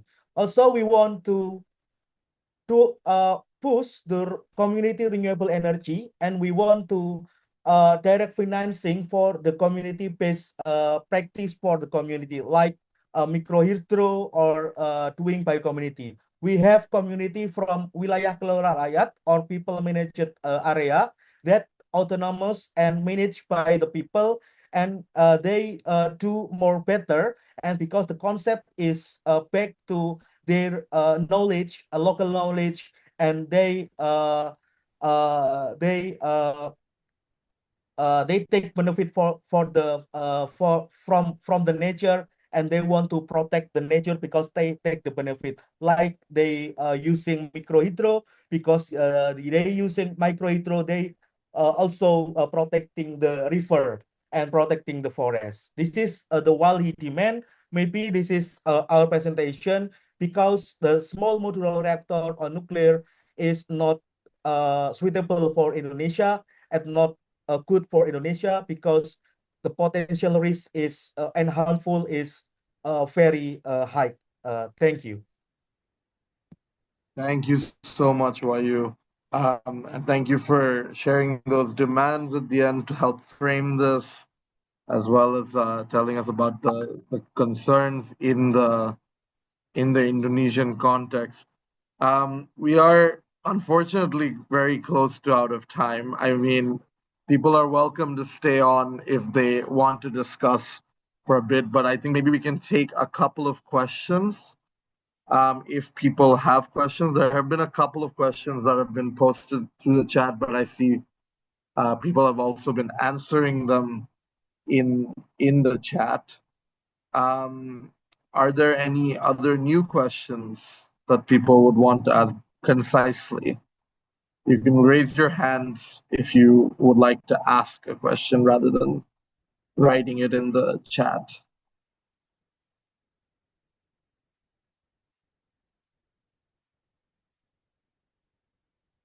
If not, I think there was just one specific question, for you, which was from Joe McCubbin. Kalbar Operations was the mining company which changed its name in Australia to Gippsland Critical Minerals after the minister said no to its proposed mine. Is there a connection to Kalimantan?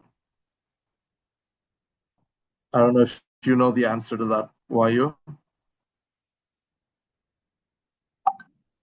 Yeah,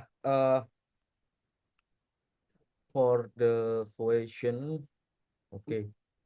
Nah, this is maybe it's for Joe McCabin.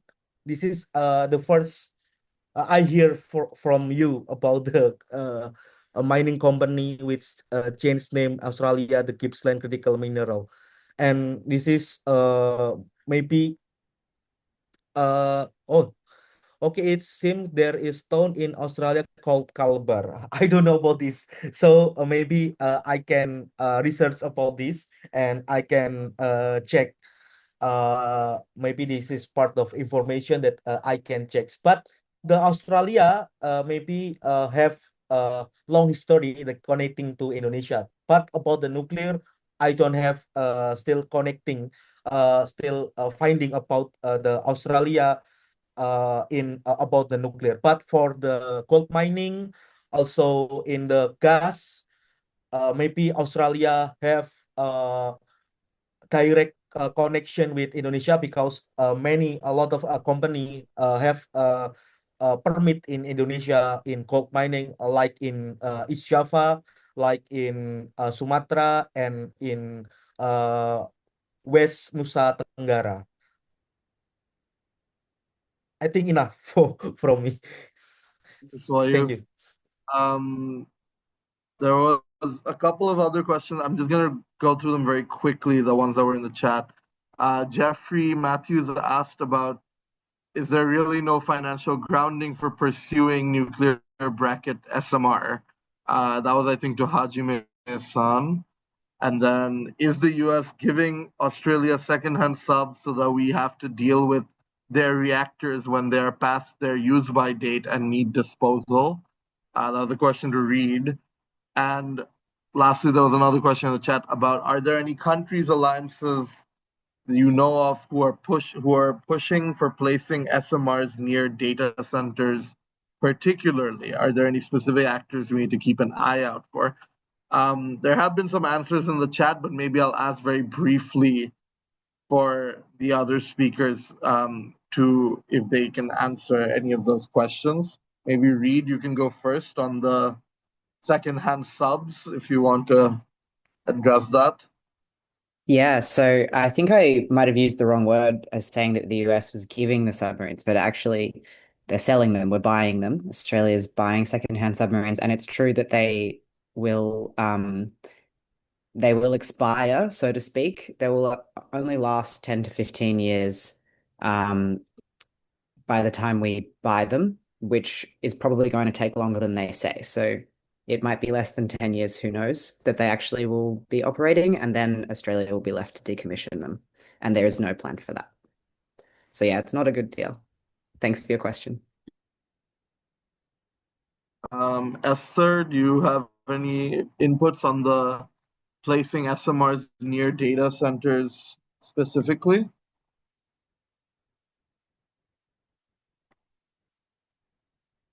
Is Esther still here?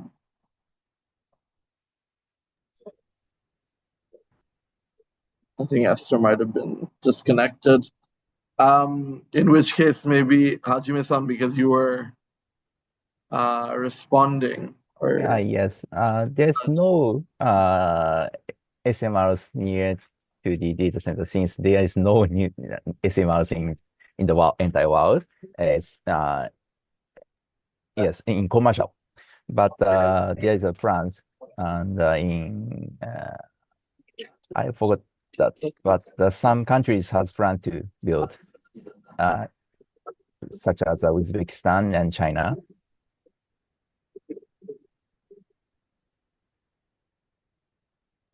Sorry, go ahead. Is that so?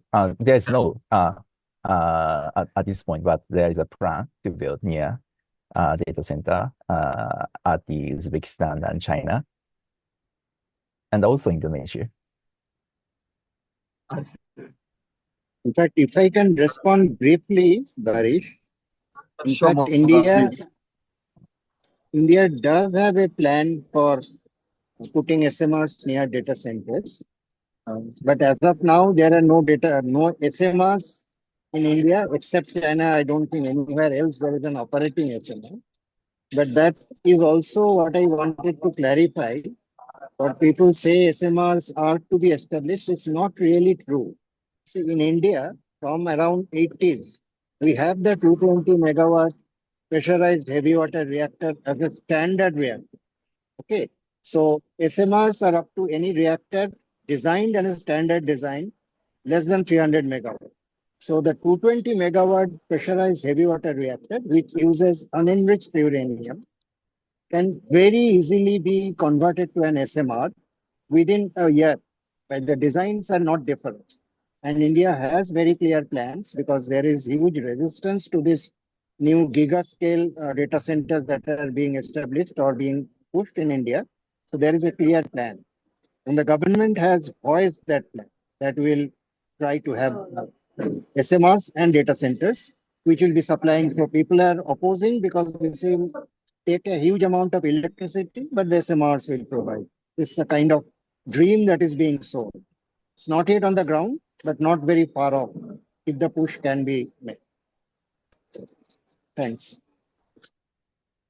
Thank you, Can I Shyamoda. can I do one thing? Yes, there's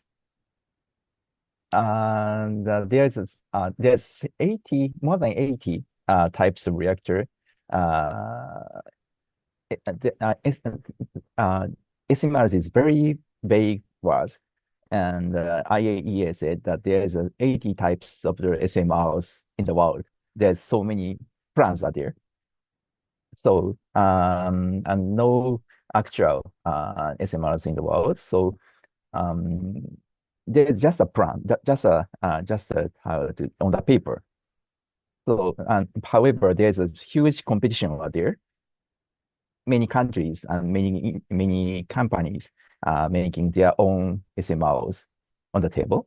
So they want to sell it to the other world, but there's huge competition, and so there is no intention to build SMRs in the world at this point. So already SMRs industry is in the red ocean. I mean, there's huge competitions, and that's all. Thank you. Thank you. Yeah, we're over time. I think if there are questions that come in, please get in touch with us. I'm gonna post an email link in. I'm gonna post an email address in the chat. So please email me questions and I can help connect them to the speakers. We'll share the presentations from today, all 4 of the presentations. And yeah, just on my part, I want to say thank you to all the speakers. Thank you to all the participants who have stuck around for 2 hours. We had over 100 participants in this. I will double check about the recording and I will post an answer in the chat, but right before and right before I go, I will pass it back to my colleague Maju to give us a vote of thanks and close the webinar officially. Maju? You're on mute.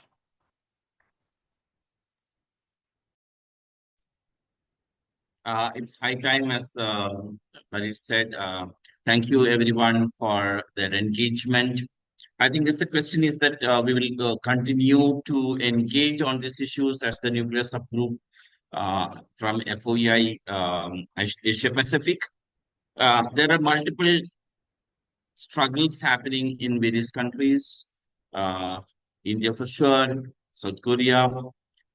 We need to connect more regionally, share our notes, sharpen our campaigns. This subgroup itself uh, have been taking up positions against the IFI fundings of nuclear energy in the region. And this attempt has to be to bring in various issues facing member nations in one platform, and also try and see the emerging trends in the region. We have seen many of your requests for sharing the presentations. We will speak to the speakers, and with their consent, we will post them in our social media accounts and our websites. And if anybody wants more information, Parish said he'll be sharing an email, and we will be happy to send notes, slides, etc. to the email. Thank you to all the speakers once again. It was a wonderful exploration and wonderful sharing of ideas, wonderful learning from each other, and also dismantling the whole myth of nuclear energy being clean, safe, and cheap. I think we continue to do so. We'll link back with all of you, engage with all of you, and see what we can do in the collectively. Thank you once again. Thank you all the participants for their patient and consistent engagement in this webinar. Thank you.